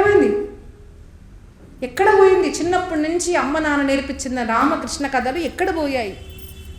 ఒక బియ్యం బస్తా ఇస్తానంటే మనం ఓట్లు వేస్తాము, డబ్బులు ఇస్తామయ్యా మీకు అనగానే మనము మారిపోతాం. ఎక్కడుంది చరిత్ర? ఇది చరిత్రవంతుల చరిత్ర. Do you think Chhatrapati Shivaji Maharaj ముందు ఎప్పుడు ఆఫర్స్ రాలేదా? డూ యూ థింక్ ఝాన్సీకి రాణి లక్ష్మీబాయి ముందు ఆఫర్స్ రాలేదా? మీకు తరతరాలుగా తినే అంత డబ్బు సంపత్తి ఇస్తాము, ముझे झांसी दे दो. बट शी सेड मैं प्राण गवा दूंगी लेकिन अपनी झांसी नहीं दूंगी. that is what is called as character. that's the reason 19 సంవత్సరాలు బతికిన ఒక ఆడపిల్లని ఇప్పటికీ మనము జయ ఝాన్సీకి రాణి అంటున్నాం చూడండి. దట్ ఈస్ చరిత్ర. మనం ఎట్లయిపోయినాం అంటే ఇంకా చెప్పాలి అంటే సంకోచం. కానీ ఎవరన్నా పదవులు ఇస్తామంటే ఏ అబ్బాయితో అన్నా వెళ్తాము, ఏమన్నా చేస్తాము. ఎవరన్నా టేబుల్ కింద నుంచి ఇస్తాము అంటే ఎవరికన్నా మోసపోతాము, అమ్ముడుపోతాము. ఎందుకంటే there is no character. And this చరిత్ర, రామ, కృష్ణ, ఛత్రపతి శివాజీ మహారాజ్ ఇవన్నీ వింటాం చూడండి. దానివల్ల ఏమవుతుంది తెలుసా? మీ పిల్లలు అడగొచ్చు, ఏమవుతుందమ్మా ఇవన్నీ వింటే? What you get? అమ్మా మనము చరిత్రవంతులుగా అవుతాము, రామాయణం విను అని మీరు చెప్పగలగాలి. ఎన్ని వీడియోస్ వచ్చాయండి మన రామ మందిరం కట్టిన తర్వాత. ఒకసారి అడగండి, ఎందుకు అంత డబ్బులు తీసుకుంటున్నారు కదా, ఆ మందిరంలో ఏమొస్తుంది? హాస్పిటల్ కట్టండి అన్నప్పుడు నిజంగా చెప్పండి, ఎంతమంది తరూపారు? మనలోనే ఉంటాం, అవును కదా. ఏం చేస్తాం? ఏ డబ్బులు, మన స్వామీజీలు డబ్బులు డబ్బులు డబ్బులు. మనం మాట్లాడము, మనము. కానీ మనం చెప్పగలిగామా మన పిల్లలకి? మనకు చెప్పగలిగామా, నాన్న ఇది ఒక మందిరం కట్టింది ఒక విగ్రహానికి కాదు, ఒక రామో విగ్రహాన్ ధర్మ. ఆ రామ కథ ఎవరైతే ఉంటాడో మంచి పుత్రుడుగా మాడుతాడు నాన్న. ఏ తల్లికి ఉండదండి, నా బాబు నా మాట వినాలి, నన్ను ప్రేమించాలి. మేము ముసలివాళ్ళు అయ్యామండి, మా పిల్లలు మమ్మల్ని చూసుకోవట్లేదని ఏడుస్తారండి తల్లిదండ్రులు. ఎందుకు? రామ కథ మీరు చెప్తే కదా, కృష్ణ కథ మీరు చెప్తే కదా. కృష్ణుడు తల్లిదండ్రుల దగ్గర ఏడ్చాడండి, అమ్మా నేను 10 సంవత్సరాలు దూరం ఉన్నానమ్మా, మీకు నేను సేవ చేయలేకపోయానే, ఇప్పుడు చేస్తాను అని ఏడ్చిన. ఎప్పుడన్నా శ్లోకం విన్నారు, చదివారా? దశమస్కందంలో కృష్ణుడు లాంటి వాడు. ప్రతి స్త్రీ కనిపిస్తుంది, నా భర్త రాముడు లాంటి వాడు కావాలి. కాబట్టి మనం ఇప్పటికీ కూడా సీతారామ కళ్యాణం చేస్తున్నాం. కానీ ఇప్పటి కాలం పిల్లలు కొంచెం నచ్చకుంటే డివోర్స్, నో నాకు నచ్చలేదు వదిలేస్తున్నాను. ఏ రాముడు వదలలేదా? మనం చెప్పగలుగుతున్నామా? అమ్మా రామ వాజ్ కింగ్. ఇప్పుడు మీలాంటి ఏదో కొంచెం కొంచెం చదువుకున్న వాళ్ళే 2-3 పెళ్ళిళ్ళు చేసుకుంటున్నారు కదా. రాజైన రాముడు ఎన్నో పెళ్ళిళ్ళు చేసుకోగలిగేవాడు, కానీ చేసుకోలేదు తల్లి. ఎన్ని యజ్ఞ కార్యాలు చేసినా కూడా సువర్ణ సీతను పక్కన పెట్టుకున్నాడు కానీ పెళ్లి చేసుకోలేదు. Rama always belong to Sita and even now he belongs only to Sita అని మీరు చెప్పగలిగారా? ఏం కష్టాలు రాలేదా? సంసారం అన్న కష్టాలు వస్తాయి, కానీ ఎందుకు నిలబడి ఉన్నాడు సీతమ్మ తల్లి వెనకాల అంటే దట్ ఈస్ క్యారెక్టర్ బిల్డింగ్. ఇప్పుడు ఓట్లే చూడండి, ఎవరు పడితే వాళ్ళకి ఇస్తున్నాము. బస్సులు ఫ్రీ అంటే ఇంకా వాడికి ఓట్. వాడు మన దేవాలయాలు కూల్చోగొట్టని ఏమన్నా చేయని మనకేం పోతుంది? మనకు బస్సులు ఫ్రీగా ఉన్నాయి కదా, మనం వాళ్లకు ఓటు ఇస్తాం. ఒక మాట గుర్తుపెట్టుకోండి, నేను ఒక పార్టీకి చెందను, కానీ నా దేవాలయాలు నా సంస్కృతి మీద వచ్చినప్పుడు నేను ఏ పార్టీ వాడైనా కూడా, ఏ సీఎం అయినా కూడా దించాలి అన్న అధికారంలో గురుస్థానంలో ఉన్నదాన్ని కాబట్టి నేను ఖచ్చితంగా మాట్లాడతాను. మీరు అధైర్యపడండి, కానీ నేను మాట్లాడతాను. మీకు తెలియకపోవచ్చు, 16 years నుంచి నేను కథలు చేస్తున్నానండి, భాగవతం, రామాయణం. నేను ఇప్పుడిప్పుడు వీడియోస్ పెట్టాను 2 years బ్యాక్. 10,000 people వస్తారు, మీరు చూడండి, ఉన్నాయి. వెళ్ళడం, కథలు చెప్పడం, రామాయణం చెప్పడం, భజన చేయడం, ఇది ఉండేది నా life. I never thought even about money, అడిగేదాన్ని కూడా కాదు. కానీ లాస్ట్ ఇయర్ కృష్ణాష్టమికి జరిగిన సంఘటన ఏదైతే ఉందో నాలో ఉన్న జీజామాతను లేపింది. నేను ఏడ్చాను ఆ రోజు. అది నాటకంతో చెప్పడం లేదు, నేను వస్తుత స్థితిని చెప్తున్నాను. నేను అయ్యో, నేను ఇక్కడ పుట్టి నేను ఇక్కడ ఉంది, నా భాగ్యనగరంలో ఒక 2 అమ్మవార్ల తలలు నరికేశారు చూడండి. ఏం చేస్తున్నాను నేను అసలు? ఇదే నా ధర్మ ప్రచారము? ఇంతటితో సరిపోతుందా? మన వాళ్ళని ఏం చేస్తున్నారు? 1 month ఫాలో చేశారండి. ఏముంది? పిచ్చోడు చేశాడండి క్షమించండి, పిచ్చోడు చేశారండి క్షమించండి. పిచ్చోళ్ళు ఏంటో మలాలు, మూత్రాలు, మన విరగొట్టడాలు అన్నీ హిందూ దేవాలయాలనే జరుగుతాయి, వేడ ఎక్కడ జరగడం లేదు. ఎందుకు? మన వాళ్ళు క్లైబ్యమాస్మకమపార్థ వీర్యాన్ని కోల్పోయిన సమాజం. అసలు చాలామందికి జరిగినట్టు కూడా తెలియదు, జరిగింది కూడా తెలియదు. ముత్యాలమ్మది కొంచెం తెలిసింది, ఎందుకంటే అది కొంచెం వైరల్ అయింది కాబట్టి. హనుమంతుడిని కాల్చారు, విగ్రహాలు, టెంపుల్స్ని పాడు చేశారు, ఎన్నెన్నో దేవాలయాలు. హైదరాబాద్లో మనం కనుక లాస్ట్ ఇయర్ నుంచి చూస్తుంటే ఎన్నో కూలగొడుతున్నారు. ఏం చేస్తున్నాం మనము? చరిత్రహీనులుగా అయిపోయాం. నో చరిత్ర, నా లైఫ్ నేను మంచిగా ఉన్నాను కదా, నాకు అవసరం లేదు అని జరగడం వల్ల ఇతర మతస్థుల బలం అనేది పెరుగుతుంది. ఎందుకంటే నిర్వీర్యం, మనం మర్చిపోయాం మనం అసలు ఎవరనేది. బట్ అలాంటి రామచరిత్ర, శివచరిత్ర వింటే ఒక క్యారెక్టర్ బిల్డింగ్ అనేది అవుతుంది. ఆపద గురించి ఆలోచించకూడదు, ముందు వచ్చే శత్రువు గురించి ఆలోచించకూడదు. నాకు ఉపయోగపడతాడు కదా అని వాలిని సమర్థించలేదు రాముడు. బలవంతుడు నా సీతను నా దగ్గర తీసుకొస్తాడని ఆలోచించలేదు. ధర్మాత్మ, బలహీనుడు అయినప్పటికీ కూడా ధర్మాత్మ కాబట్టి సుగ్రీవుడిని దగ్గర చేర్చాడు. బలవంతుడు రావణాసురుడు, కానీ రావణాసురుడిని దరి చేర్చలేదు, విభీషణుని దరి చేర్చాడు. ఎందుకు? Character building. నానా నువ్వు రామ మందిరాన్ని మనం కట్టడం లేదు, ఒక చరిత్రవంతుడైన పురుషుని మనం కడుతున్నాము. రామ దేవాలయంలో వెళ్ళినప్పుడల్లా మనకు రామచరిత్ర మన ముందు కనిపిస్తుంది నాన్న, మనం కూడా అలాంటి చరిత్రవంతులుగా మారుతాము అని మనం ప్రౌడ్గా చెప్పామనుకోండి. అప్పుడు ఏమవుతుంది? మన బలము, మనకు ఒక విజన్ క్లారిటీ, మన పరివారంలో సనాతన ధర్మరక్ష యొక్క కలుగుతుందన్నమాట. కాబట్టి స్వామి వివేకానంద ఏమంటున్నారంటే, సిగ్గు లేదా? ఎక్కడ పడితే ఎవరి గురించన్నా మాట్లాడుతున్నావు? అసలు నీకు ఛత్రపతి శివాజీ మహారాజ్ ఎవరో తెలుసా? స్వామి వివేకానంద మాటల్లో చెప్తున్నారు. సంపూర్ణ రామాయణము, భగవద్గీత, మహాభారతంలో ఉన్న అన్ని ఉత్తమ లక్షణాలన్నీ ఒక దగ్గర చేర్చావనుకో, అవన్నీ కూడా the moral values personified, that is what Chhatrapati Shivaji is అని ఎవరు చెప్తున్నారు? మనలాంటి వాళ్ళు మనకు సర్టిఫికెట్ ఇవ్వడం కాదు. Swami Vivekananda has certified Chhatrapati Shivaji Maharaj.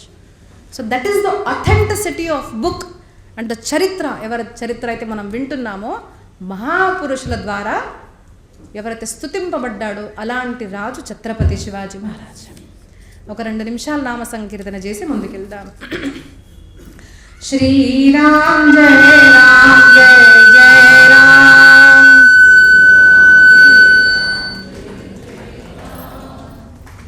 श्रीराम जय जय राम, श्रीराम जय जय राम, श्रीराम जय जय राम,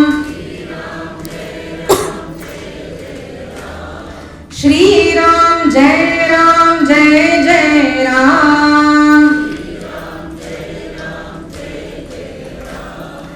श्रीराम जय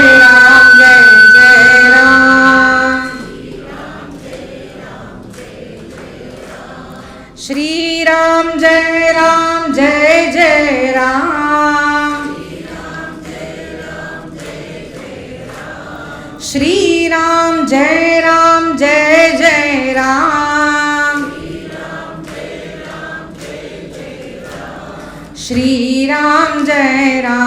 श्रीराम जय जय राम, श्रीराम जय जय राम, श्रीराम जय जय राम, श्रीराम जय जय राम, श्रीराम जय जय राम, श्रीराम जय जय राम, श्रीराम जय जय राम, श्रीराम जय जय राम, श्रीराम जय जय राम, श्रीराम जय जय राम, श्रीराम जय जय राम, श्रीराम जय जय राम। चरितं शिवराजस्य विजयश्री विराजितं, सर्वमङ्गलमाङ्गल्यं शिवं सर्वार्थसाधकं, सर्वाश्चर्यमयं दिव्यम् अगाधं विश्वतोमुखं, सद्धर्मनिष्ठा कामार्थं दुर्दास्यो मोक्षसाधनं, विधानं पुरुषार्थानाम् इदानं शक्तिसंपदां। కవీంద్ర పరమానంద ఛత్రపతి శివాజీ మహారాజ్ గురించి చెప్తూ ఒక చక్కటి పదాన్ని వాడారనమాట. చరితం శివరాజస్య విజయశ్రీ విరాజితం అని మనకు చెప్పారు. అంటే చాలామంది మనం ఏదో ఆలోచిస్తాం, ఇది చేయాలి అది చేయాలి అనేసి, కానీ how many people succeed are get the success అంటే ఛత్రపతి శివాజీ మహారాజ్ చరిత్ర కనుక మనం చూస్తే ఆలోచన నుంచి విజయశ్రీ దాకా వెళ్ళిన ఒక రాజు ఎవరైతే ఉన్నారో అలాంటి వాడే ఛత్రపతి శివాజీ మహారాజ్. ఒక లెటర్ పంపించారండి అబౌట్ శివాజీ హిస్టరీ. నేను మీకు మాట చెప్పాలి. ఇప్పుడు ప్రవచనం ప్రారంభిస్తున్నాం అనుకోండి, ప్రారంభించినప్పుడు నేను ఏకంగా ఛత్రపతి శివాజీ మహారాజ్ ఇలాంటి వారు అలాంటి వాళ్ళు అంటే కొంతమంది క్వశ్చన్స్ అడుగుతారు. What is the need to listen about this Chhatrapati Shivaji కదా, వీళ్ళు హిందువులు, వీళ్ళు ఒక పార్టీకి సంబంధించిన వాళ్ళు కాబట్టి వాళ్ళు చెప్పుకుంటున్నారు అంటారు. ఈ చరిత్ర విన్న తర్వాత మనకేమొస్తుంది అన్న ఒక క్వశ్చన్ కూడా ఉంటుంది. దట్స్ ద రీజన్ మనం ఫౌండేషన్ అన్నది లేట్ చేస్తున్నాం అనమాట. అసలు ఛత్రపతి శివాజీ మహారాజ్ ఎవరు, ఈ బుక్ ఏదైతే రాశారో అది ఒథెంటిక్కా కాదా, సెకండ్ థింగ్, థర్డ్ థింగ్, ఈ చరిత్ర విన్న తర్వాత మనం ఎలాంటి వాళ్ళగా మారుతాం. ఒక 2 గంటల సమయం మనం ఇస్తున్నాం కదండి. సో మనం ఎలాంటి వాళ్ళగా మారుతాము, అసలు అవసరమా చరిత్ర వినడము అంటే ఇవన్నీ ఫౌండేషన్ చెప్పిన తర్వాతే ఆయన ఎక్కడ పుట్టాడో ఇవన్నీ మనంతా చెప్పుకోవచ్చు. కానీ ఎవరి గురించి చెప్పుకుంటున్నాము, ఆయన అవసరం ఏంటిది అని తెలియదు అనుకోండి, మనకు మార్గదర్శనం అర్థం కాదు. కాబట్టి ఆయన ఎవరు ఏంటిది అన్నది తర్వాత వస్తుంది. Chhatrapati Shivaji Maharaj is only history, అది మనం తర్వాత తెలుసుకుందాము. అసలు ఆయన ఎవరు, ఈ గ్రంథం ఎంతో అథెంటిక్. ఈరోజు నుంచి ప్రారంభిస్తున్నాం కదండి. సో శివభారత్ కవి పరమానంద రాసిన గ్రంథము. దీనికి ఎవరు సర్టిఫికెట్ ఇచ్చారు? ఛత్రపతి శివాజీ మహారాజ్ చరిత్రవంతులుగా ఎవరిచ్చారు అంటే Swami Vivekananda. Second thing is సమర్థ రామదాసుల వారు, అంటే గొప్పవాళ్ళు సర్టిఫై చేసిన వ్యక్తిమత్వం. మూడవది, నేర్చుకున్న తర్వాత ఏమవుతుంది, నేర్చుకున్న తర్వాత మనలో కూడా ఒక క్యారెక్టర్ బిల్డింగ్ అన్నది అవుతుంది అని మూడో పాయింట్. నాలుగో పాయింట్ ఏంటిది ఇప్పుడు చెప్పుకుంటున్నా. సో ఛత్రపతి శివాజీ మహారాజ్ ఎవరైతే ఉందో స్వరాజ్య స్థాపన చేశాడు. నేను ఒక ఇంటర్వ్యూలో చెప్పుకుంటున్నప్పుడు, అమ్మ మీరు ఛత్రపతి శివాజీ మహారాజ్ గురించి ఎందుకు చెప్తున్నారు, because is a Maharashtrian and మీరు మహారాష్ట్రలో పుట్టారు కాబట్టి చెప్తున్నారా అని అడిగేవాళ్ళు చాలామంది ఉన్నారు. ఎందుకు అడుగుతారు అంటే, ఛత్రపతి శివాజీ మహారాజ్ ఏం చేశారు అందరి కోసం అన్నది చాలామందికి తెలియదు. ఆయన మహారాష్ట్రలో పుట్టారు, మహారాష్ట్రలో ఉన్నారు, అంత మటికి మాత్రం తెలుసు. కానీ ఆ సేతు హిమాచల్ ఈరోజు సనాతన ధర్మ స్థాపన ఉంది, నిలబడి ఉంది అంటే దానికి ఖచ్చితంగా ఒక శ్రేష్టమైన రాజు ఛత్రపతి శివాజీ మహారాజ్ అని ఎంతమందికి తెలుసు చెప్పండి. అది తెలియాలి. మనము ఒక చరిత్రవంతుల గురించి వినేటప్పుడు వాళ్ళని కూడా మనం ప్రాంత విభేదాలు చేసామనుకోండి, అప్పుడు మనకు సరైన నాలెడ్జ్ అన్నది రాదు. చాలామంది ఏం చేస్తారు అంటే, కాస్టిజం ఆర్ జాతి ప్రభావం మనలో ఎంతగా నిగడితం అయిందంటే, మనం ఎవరు అంటే మన జాతి పేరు చెప్పుకుంటున్నాం. మనం గురువుల్లో కూడా జాతిని చూస్తున్నారు, మన వాళ్ళు కాదండి మహారాష్ట్ర ఆవిడంట అని అంటాం. ఎందుకు అది కనిపిస్తుంది? ఒక గురు స్థానంలో కూర్చున్న తర్వాత మనకు ఆ విభేదాలు మనకు కనిపించకూడదు. గురువు అంటే గురువే. అది వ్యాసపీఠము. వ్యాసుల వారు భాగవతము అందరికీ చెప్పారు, వ్యాసుల వారు రామాయణం అందరికీ చెప్పారు. ఇది ఓన్లీ నార్త్ ఇండియన్స్ కండి, ఈస్ట్ ఇండియన్స్ కండి, సౌత్ ఇండియన్స్ కని చెప్పలేదు, అందరికీ చెప్పారు కదా. అందరం భాగవతం వింటాం కదా. అలాంటి గురుస్థానంలో ఉన్నవారిని పైన కింద, కానీ సమాజం అట్లా అయిపోయింది. అలా చేసామనుకోండి మనకు ఛత్రపతి శివాజీ మహారాజ్ చరిత్ర అర్థం కాదు. So someone who is beyond caste and who has done for the whole nation Bharat అన్నవాడే ఛత్రపతి శివాజీ మహారాజ్. ఎన్నెన్నో సంఘటనలు మనం విందాము, కానీ ఇక్కడ ముఖ్యమైన చరిత్ర ఏంటిది అంటే, ఈరోజు మనం ప్రథమంగా ప్రారంభిస్తున్నాం కాబట్టి నాకు ఛత్రపతి శివాజీ మహారాజ్ జన్మ చెప్పడం కన్నా ఛత్రపతి శివాజీ మహారాజ్ ఛత్రపతిగా అవ్వడానికి కారణం ఏంటిది అని చెప్పాలనిపించింది. The foundation for the need of becoming a king. ఎందుకు ఒక రాజు అయితేనే మార్పులు వస్తాయా అంటే, మనం చూసాము ఛత్రపతి శివాజీ మహారాజ్లో ఎన్నెన్నో సద్గుణాలు ఉన్నాయి. చాలామందిని ఏకత్రితం చేశాడు. Chhatrapati Shivaji Maharaj at the age of 14 అంటే కేవలం 14 సంవత్సరాలు వయసులో ఆయన రాయరేశ్వర్ అన్న మహాదేవుడి యొక్క దేవాలయంలోకి వెళ్ళి మిత్రుడిని తీసుకెళ్ళాడు. అందరినీ తీసుకెళ్ళి మహాదేవుడి దర్శనం చేపించాడు, అభిషేకం చేపించాడు. మిత్రులను అడిగాడనమాట, మనము ఈ అభిషేకం చేస్తే సరిపోతుందా చాలా అంటే, కాదు, కేవలం అభిషేకం కాదు దేవుడికి కావాల్సింది.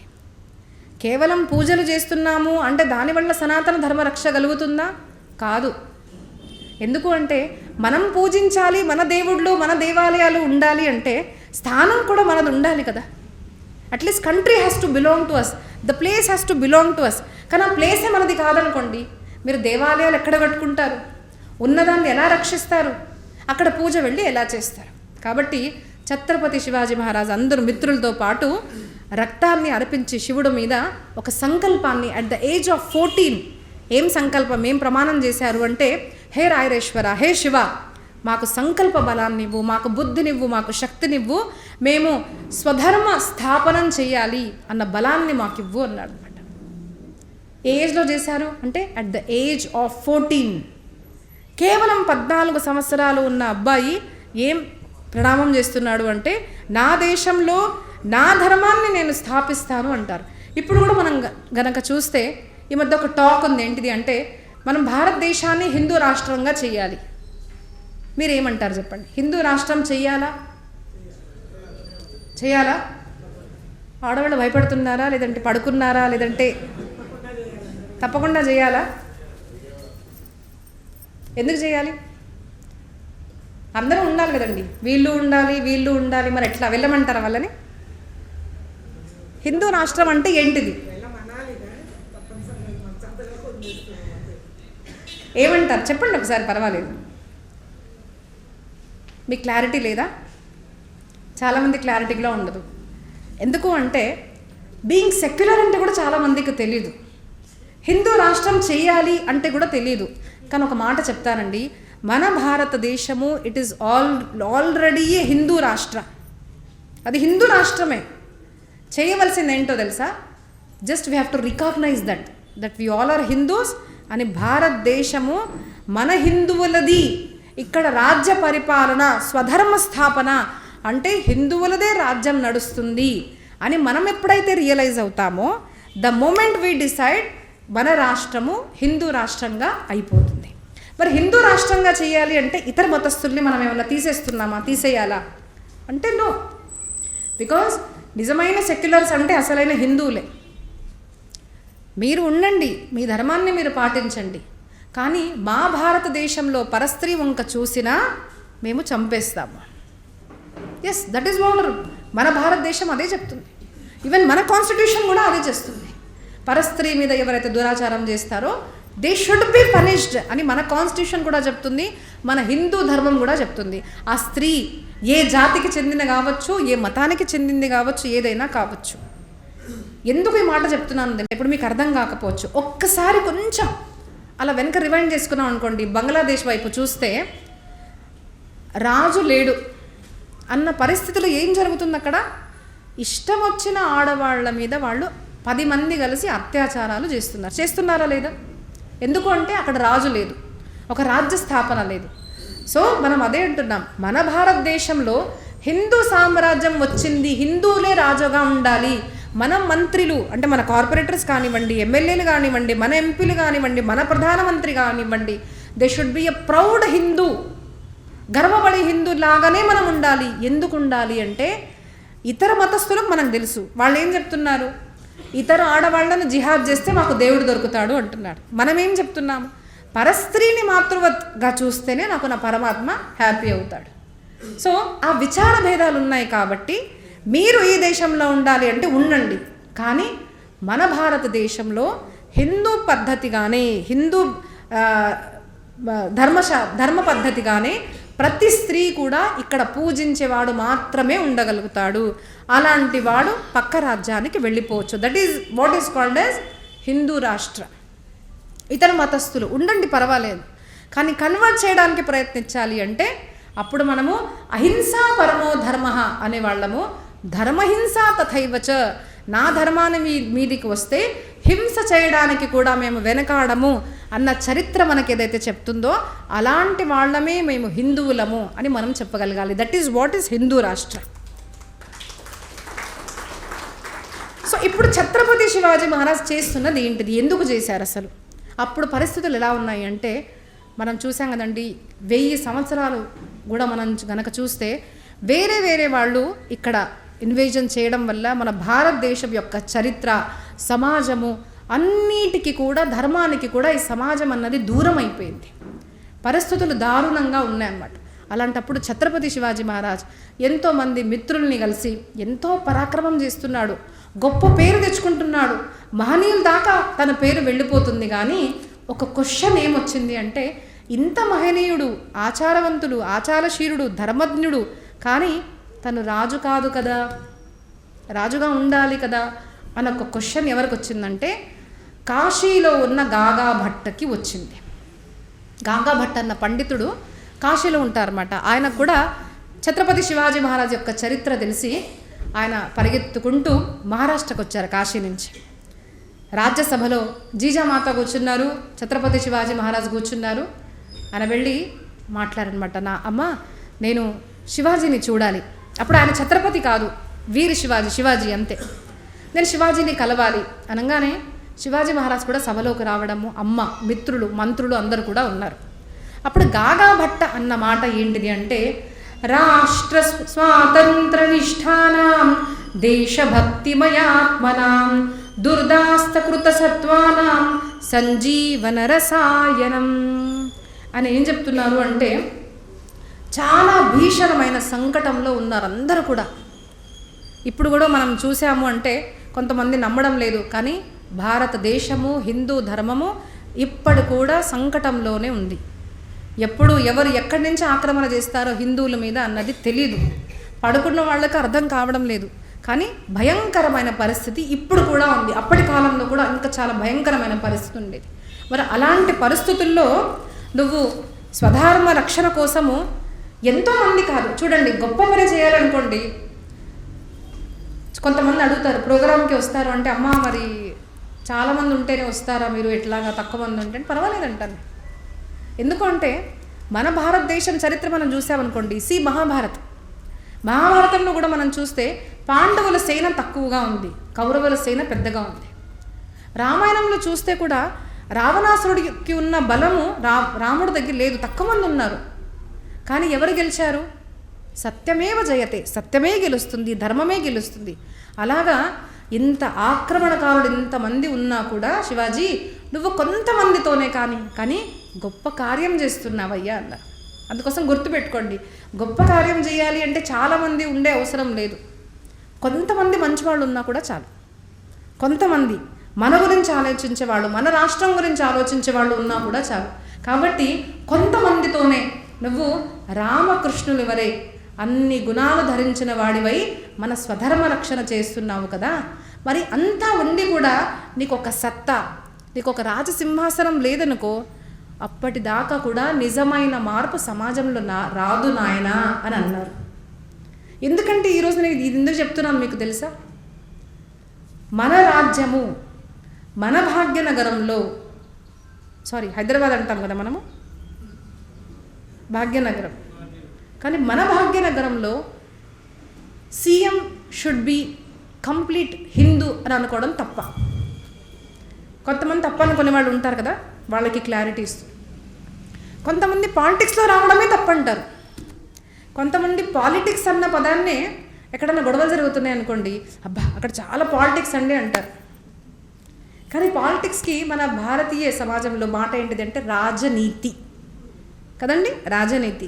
సో పాలిటిక్స్ ఎంత బ్యాడో నాకు తెలీదు, కానీ రాజనీతి అన్నది ఏంటిది అంటే రాజ్యాన్ని నడిపించడానికి కావలసిన నీతి ఏదైతే ఉందో అది రాజనీతి. నీతి కావాలి కదండి. ఒక ఇల్లు నడపాలన్నా కూడా ఎప్పుడు ఏ పని ఎలా చేయించాలి, ఒక ఫంక్షన్ ఉంది అంటే పనమ్మాయిని ఎప్పుడు పిలవాలి, డస్ట్బిన్ ఎక్కడ ఉండాలి, ఇల్లు ఎలా ఉండాలి, కిచెన్ ఎక్కడ ఉండాలి, ఏ వస్తువులు ఎక్కడ ఉండాలి, వి మేనేజ్ కదా. దానికి కూడా ఒక నీతి ఉంటుంది. మనకు రాష్ట్రాన్ని నడపాలి అంటే దానికి నీతి ఉండకుండా దానికి కూడా ఒక నీతి ఉండాలి. దట్ ఈస్ వాట్ ఇంగ్లీష్లో పాలిటిక్స్ పిలుస్తారు. సో నాకు అందుకోసం ఇంగ్లీష్ నచ్చదు, దానికి ఒక మీనింగ్ ఉండదు, ఏముండదు. సో రాజ్యనీతి, ఒక రాజ్యం నడవాలి. ఆ రాజ్యనీతి చేయడం తప్ప? ఒక రాజుగా ఉండి రాజ్యాన్ని నడిపే నీతి చేయడం తప్పు కాదు కదా. కాబట్టి రాజ్యనీతి చేయడము తప్పు కాదు. రాజ్యనీతిని కనుక మనగా పాలిటిక్స్ అనుకున్నామండి, తప్పు కాదు. సో మనం అందరం కూడా ఫస్ట్ మొదటి రోజు ఏం క్లారిటీ తెచ్చుకోవాలి అంటే, ఛత్రపతి శివాజీ మహారాజ్ చరిత్ర విన్న తర్వాత మన గోల్ ఏముండాలి? మా భాగ్యనగరంలో హిందూగా ఉన్న వారే ప్రతి ఒక్క పదవిలో ఉండాలి. డూ గెట్ క్లారిటీనో? మన కార్పొరేటర్ కానివ్వండి, ఎమ్మెల్యే, ఇంకేమేమి పోస్ట్ ఉంటుంది నాకు కరెక్ట్గా తెలీదు, కానీ corporator, MLA, MP, whatever, CM, governor, health minister, వీళ్ళు ఎవరున్నా కూడా నా భారతదేశంలో హిందూ ధర్మాన్ని ఆదరించేవారు మాత్రమే సత్తాలోకి రావాలి. దాన్ని హిందూ రాష్ట్రము చేయడము అంటారు. గుర్తుపెట్టుకోండి. జస్ట్ నోటీస్ ఇచ్చారనుకోండి, భారతదేశం అనేస్తాం, ఓకే డన్. హిందూ రాష్ట్రమా, ఓకే డన్. లేదంటే మనకు మనంగా జెండాలు తీసుకొని జై శ్రీరామ్ జై శ్రీరామ్ హిందూ రాష్ట్రం అంటే అవ్వదు. గాగా భట్ ఏం చెప్తున్నారు? నువ్వు ఎన్ని కార్యాలు మంచి చేస్తున్నా అవ్వదు. నీకేం కావాలి? సత్తా. The power should be in our hands. కొన్ని సంవత్సరాల క్రితం ఒక క్వశ్చన్ వచ్చేదన్నమాట, బుల్డోజర్ బాబా. నేను ఫ్రాంక్గా మాట్లాడేస్తాను, మనకేం భయం లేదు. యోగి ఆదిత్యనాథ్ గారు ఒక సన్యాసిగా అయి ఉండి పాలిటిక్స్లో రావడం కరెక్టా అని క్వశ్చన్ అడిగాక మనలో థాట్ ఏమొచ్చింది ఒకసారి ఆలోచించేవాళ్ళు పాలిటిక్స్ గురించి. అవసరమా అసలు ఇవన్నీ, సన్యాసులు అందరూ వచ్చేస్తున్నారు ఇట్లా అనుకుంటారు. కొంతమంది నో అంటారు, కొంతమంది ఎస్ అంటారు. కానీ మనకు క్లారిటీ ఉండాలి కదా. ఇప్పటికీ కూడా అసలు బాబాగా ఉండాలి, సన్యాసం తీసుకున్నవాడు ఎందుకు రాజనీతిలోకి వచ్చారని ఇప్పటికీ కూడా క్వశ్చన్ వేస్తారు. మనకు క్లారిటీ ఉందా? I tell you. రామాయణం ఇతిహాసం, రామాయణంలో ఏం జరిగింది? ఎప్పుడైతే రాక్షసుల ఆతంకం పెరిగిందో అప్పుడు మేకిన్ రామ, ఒక చిన్ని బాలుడికి రాజ్యం ఎలా చేయాలి, ఒక రాజుగా ఎలా మారాలి అని నేర్పించింది ఎవరు చెప్పండి? వశిష్ఠ మహర్షి, దాని తర్వాత విశ్వామిత్ర మహర్షి. చేశారా లేదా? విశ్వామిత్ర మహర్షి వచ్చి నాతో ఏమన్నారు అంటే, దశరథ రాజు నాకు నీ కొడుకుని నాతో పంపించేసే. ఇప్పటి కాలంలోనే ఒక కొంచెం పదవిలో ఉన్నాం అనుకోండి, అమ్మో నాకు లేక పుట్టాడు నేను పంపించనండి అంటారు. ఇప్పటి వాళ్ళు అయితే గురువుల మాట వినే ప్రసక్తే లేదనుకోండి. కానీ ఆ కాలం ఎలా ఉండేదంటే గురు శాసనం, గురువు చెప్పారు అంటే వినాల్సింది. ప్రతి ఒక్క రాజ్యంలో ఒక గురువు ఉండేవాడు, గురువు చెప్పిన మాట నడిచేది, అది గురుస్థానం. మరి గురుగారు చెప్పారు కదా, ఆజ్ఞాపించారు కదా, భయపడుతున్నారు. కానీ గురువు చెప్పారు కాబట్టి పంపించేశారు. ఎందుకు పంపించారు? ఎందుకంటే గురువు చెప్పారు. మరి గురువు మైండ్లో ఏముంది? బయట జరుగుతున్న అరాచకాల్లో రాముడు ఒక శ్రేష్టమైన రాజుగా అవ్వాలి, రాజ్యం మంచి వాళ్ళ చేతుల్లో ఉండాలి, రాముడు లాంటి వాళ్ళే ఒక రాజుగా వస్తేనే ఈ అరాచకాలు ఆగి మంచి రాజ్య శాసనం అనేది జరుగుతుంది అన్నది ఫస్ట్ పాయింట్. దాని తర్వాత రాముడు ఎప్పుడైతే 14 సంవత్సరాలు వనవాసానికి వెళ్ళారో అప్పుడు ఏం జరిగింది? రావణాసురుని ఎలా చంపాలి, మన భాషలో చెప్పాలి అంటే ఈ టెర్రరిజం అన్నది ఇది జరుగుతుందో రామాయణంలో మనం కనుక చూస్తే, ఎక్కడ పడితే అక్కడ బాంబ్ బ్లాస్టులు, ఎక్కడ పడితే అక్కడ శవాలు, ఇవన్నీ ఎలా ఆపాలి అంటే దానికి అప్డేటెడ్ వర్జన్ ఆఫ్ శస్త్ర అస్త్రాస్ వాస్ గివెన్ బై అ గురు. అత్రి మహర్షి ఇచ్చారా లేదా? లేదు అంటే నాకెందుకండి, నేను ఒక సన్యాసినండి, నాకు అవసరం లేదండి, రామ అనుకున్న వాళ్ళు కాదు. పరశురామ చరిత్ర చూడండి. సమాజంలో హాని కలిగినప్పుడు బ్రాహ్మణులు కూడా చేతిలో అస్త్రాలు ధరించి ధర్మాన్ని రక్షించడమే మన ధర్మము అని చెప్పిన మన సనాతన ధర్మంలో నేను సన్యాసినండి, నేను ఇలాగే ఉండిపోతానండి కాదు. నా ధర్మం సంకటంలో ఉన్నప్పుడు నేను గనక పవర్లోకి వస్తే, if I can bring the big change, then yes, a sanyasi also should come and bring change in the society. ఈ క్లారిటీ మనకు ఉండాలి. అంతేగాని మనం ఎలా అయిపోయామంటే మాకేం వద్దండి, మాకు డబ్బులు కూడా అంటే అంతేం ఆశ లేదండి, దేవుడి ఇలా మాట్లాడతారు బయట. కానీ నిజంగా ఏముంటుందంటే దేవుడి దగ్గరికి వెళ్ళాక ధనము సంపత్తి అన్నీ కావాలని కోరుకుంటాం. కానీ బయట మాటలు ఎలా ఉంటాయి, అయ్యో మాకేం వద్దండి, మేము అసలు ఏం లేదండి మాకు అంటాం. ఇది నిర్వీర్య స్థితి. మన భారతదేశం ఏమంటుంది తెలుసా? భారత చరిత్ర, బికమ్ రిచ్, సంపత్తి కావాలి, ఒక కారు కాదు 10 కార్లు కావాలి. 10 కార్లు ఉంటేనే కదా ఒక కారు శిల్పాదీదికి పంపించగలిగేది. ధర్మకార్యం చేస్తున్నారు, ఆవిడికి కావాలి. ఎలా పంపిస్తారు? కారు లేదమ్మా మా దగ్గర, నడుచుకుంటూ రండి అంటే ఇప్పుడు ఇక్కడ చేశాను, ఇక్కడి నుంచి ఇంకో ప్లేస్కి వెళ్ళాలి, అది నడుచుకుంటూ వెళ్ళాక ఎప్పుడు రీచ్ అవుతాను నేను కదా. సో మనం వాళ్ళు ఎప్పుడు ప్రొవైడ్ చేయగలుగుతాము ధర్మకార్యంలో? వెన్ యూ హ్యావ్, మీ దగ్గర డబ్బు ఉంటేనే మీరు మంచి మార్పు తీసుకురాగలుగుతారు. కాబట్టి అర్థం ఎలా సంపాదించాలి? చాలా సంపాదించాలి, చాలా ఉండాలి, కానీ ధర్మబద్ధంగా ఉండాలి. అలాగే సత్తా కూడా మనలో ఉండాలి, సత్తా కావాలి. మన సిస్టంలో మన వాళ్ళు ఎప్పుడు దాకా సత్తాధీశులు కారో మనము భారతదేశపు చరిత్ర మార్చలేము, గుర్తుపెట్టుకోండి.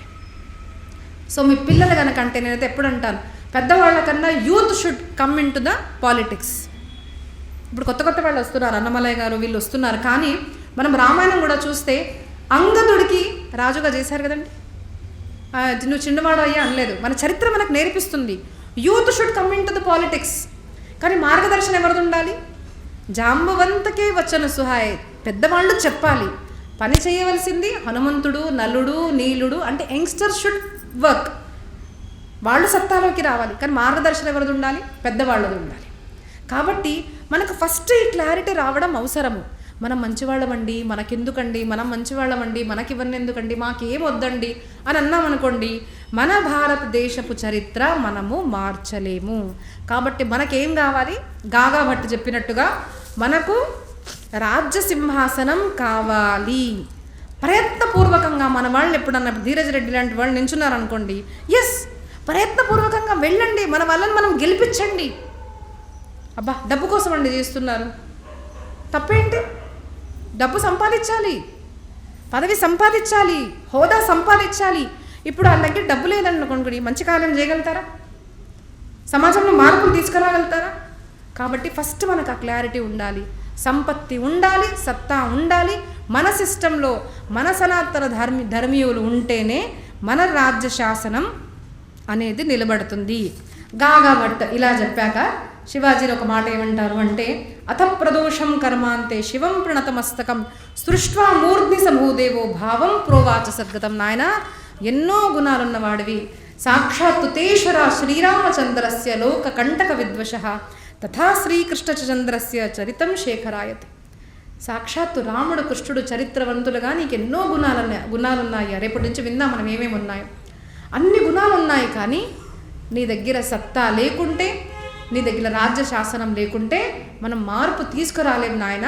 నేను ఒక బ్రాహ్మణుణ్ణి, నేను కాశీ నుంచి వచ్చాను, నీకు రాజసింహాసనం మీద కూర్చోబెట్టే నేను వెళ్తాను అని ఆలోచిస్తే అప్పుడు ఛత్రపతి శివాజీ మహారాజ్ వాళ్ళ అమ్మ దగ్గర చూశారంట. అంటే మరి అమ్మ ఏమంటుందో, అంటే ఇప్పటి కాలంలో మనం అమ్మ నాన్న మాట వినమనుకోండి, అది వేరే, కానీ ఆయన ప్రతీదీ అమ్మని అడిగి చేశారు. మరి అలా అనుకొని అమ్మ కూడా మామూలు తల్లి కాదండి.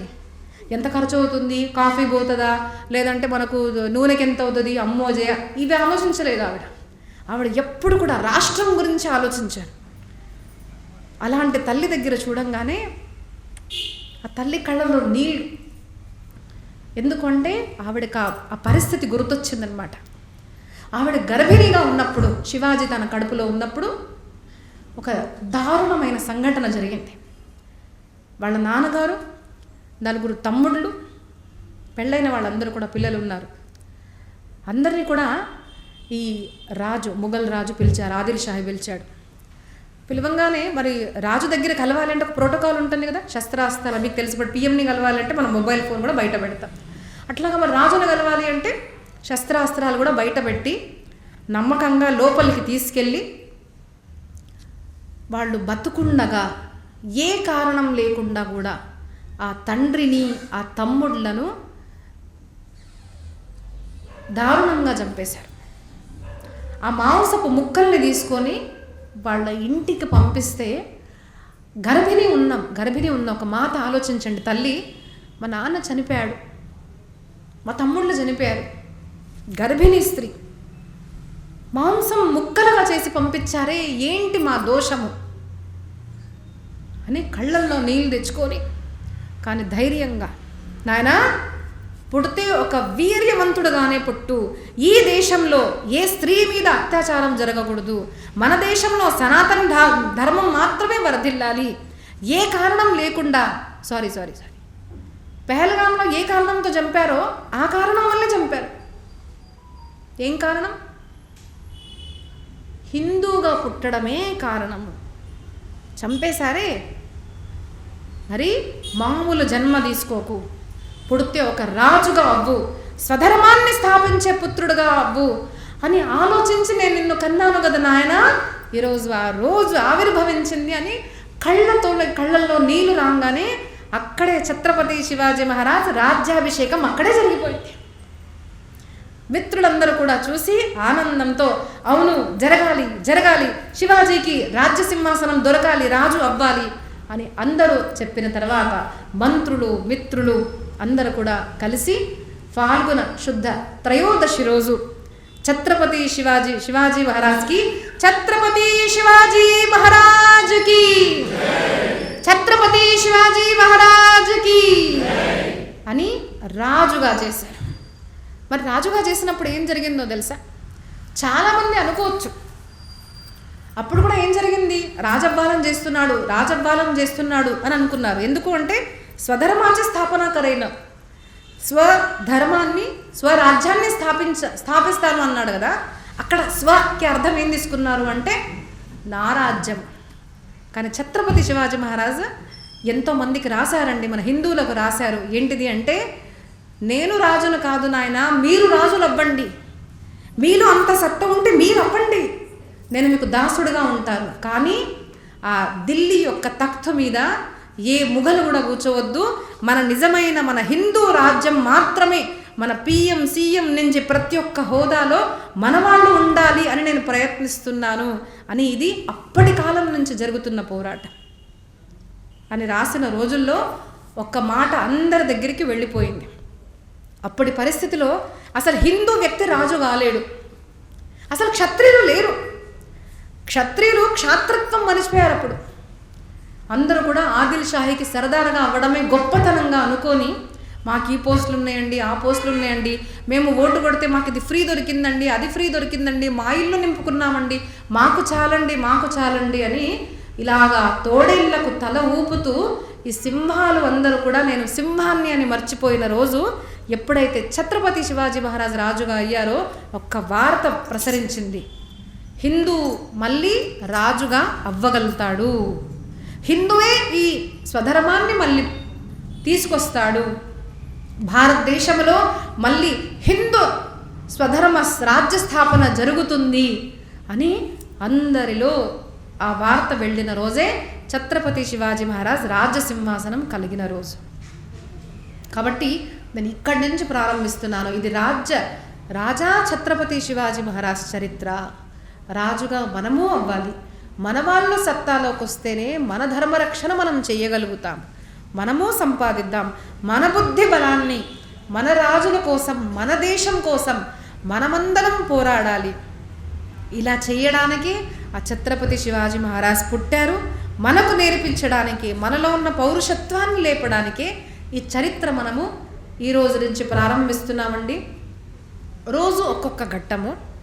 ఎలాగ పుట్టారు, ఎవరింట్లో పుట్టారు, ఆ తల్లి సంస్కారం ఏంటిది, తండ్రి సంస్కారం ఏంటిది, ఎందుకు ఆ శివాజీని ఆ ఛత్రపతి శివాజీ లాగా అయ్యే ఎలా సంస్కరింపజేసింది, ఎలా అఫ్జల్ ఖాన్ వధని ఎలా చేశాడు, ఇవన్నీ కూడా మనము రేపటి నుంచి ప్రారంభిద్దాము. కుదిరిన వాళ్ళు అందరూ కూడా ఏ లొకేషన్స్ ఉన్నాయో తెలుసుకోండి. రేపటి లొకేషన్ ఇక్కడ చెప్తారు, అక్కడ మీరు రండి. ఇంకా చాలామందిని పిలవండి. పెద్ద ఎత్తున రావాలి. ఎందుకు? పబ్లిక్ కనిపించాలని కాదు, ప్రత్యక్షంగా వింటే ప్రభావితంగా ఉంటుంది. కాబట్టి ప్రత్యక్షంగా రండి, వినండి. అలాగే చాలా పెద్ద ఎత్తున ధీరజ్ రెడ్డి గారు, రాధారెడ్డి గారు మనకు ఫిబ్రవరి 18th 19th రోజు ఘనంగా జరుపుకుంటున్నారు. ఆ డీటెయిల్స్ కూడా మీకు చెప్తారండి. అందరూ రావాలి. ఎందుకు? ఇది ఒక ప్రోగ్రాం కాదు, ఇది మన స్వధర్మ స్థాపన కోసం మనమందరం చేస్తున్న ప్రయత్నంగా భావించి, మన ధర్మంగా భావించి అందరూ వెళ్దాము, అందరూ వద్దాము. జై భవానీ, జై శివాజీ అనాలి. జై భవానీ, జై భవానీ. छत्रपति शिवाजी महाराज की, आर्य सनातन वैदिक हिंदू धर्म की, भारत माता की, गो माता की, सद्गुरुदेव भगवान की जय. जय रघुवीर समर्थ.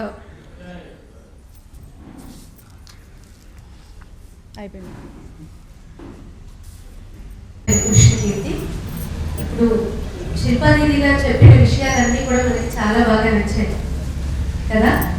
హిందుత్వం గురించి, పూజ సంస్కరణల గురించి, అలాగే మనం హిందూయిజాన్ని ఇలాగే ఈ స్థాపన గురించి తెలుసుకొని కంటిన్యూ చేయాలి అని అంటే ఏ రకమైనటువంటి అలవాటు ఏమిటి అని రాను రేపు అలా తెలుసుకుంటూ ఉంటాం.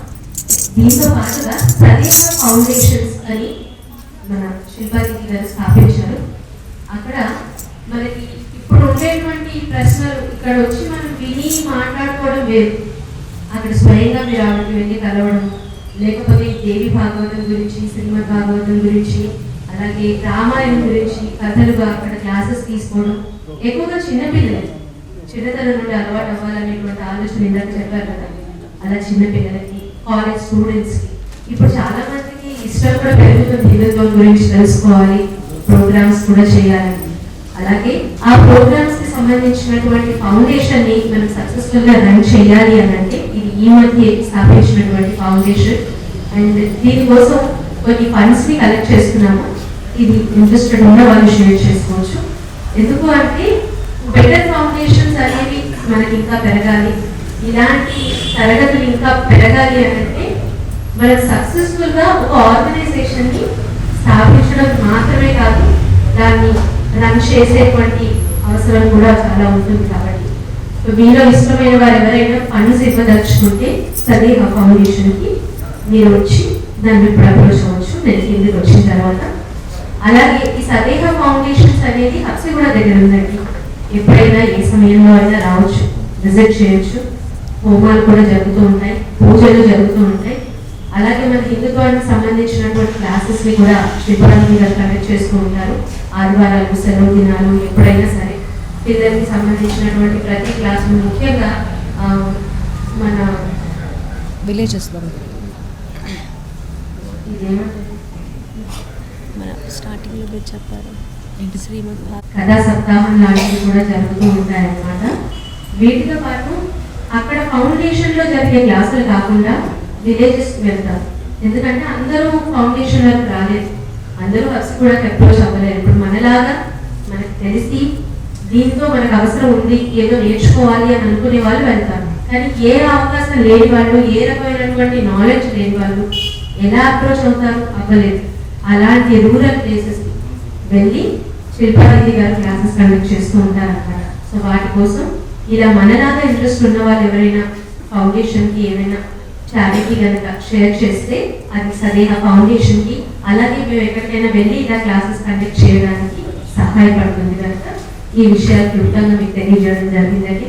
ATG ఉందని చెప్పండి, ట్యాక్స్ ఎగ్జంప్షన్ ఉంది. దీనికి ATG అంటే ట్యాక్స్ ఎగ్జంప్షన్ కూడా ఉంటుంది. చాలా మీ అందరికీ అర్థమైంది అనుకుంటాను. అయితే ఇప్పుడు ఒక 2 సెకండ్లలో శిల్పారెడ్డి గారికి తెలిసి ఏం చేస్తారు. जय श्री राम, जय बोल छत्रपति शिवाजी महाराज की, छत्रपति शिवाजी महाराज की. చాలా మంచి కార్యక్రమం అండి. శిల్పారెడ్డి గారికి మనం ఎంతో రుణపడి ఉంటామండి. ఇటువంటి కార్యక్రమం ఈ రోజున రావడము ఫస్ట్ మన కార్యక్రమం మన కాలంలో జరగడం చాలా సంతోషకరం.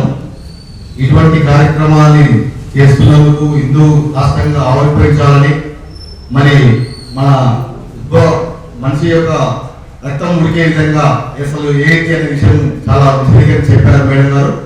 వారికి ధన్యవాదాలండి. ముందుగా మన మహిళా మండలి సభ్యులు వచ్చి మేడం గారికి సన్మానం చేయాల్సిందిగా కోరుతున్నానండి. సుకన్య మేడం గారు, మరి వాణి మేడం గారు వచ్చి సన్మానం చేయాల్సి కోరుతున్నాను. శివాజీ మహారాజ్ జయంతి ఫిబ్రవరి 19న మన ఆర్కేపూర్ డివిజన్ మార్గదర్శకాలను ఏర్పాటు చేస్తారని దారా చీరచంద్ర చెప్పారు.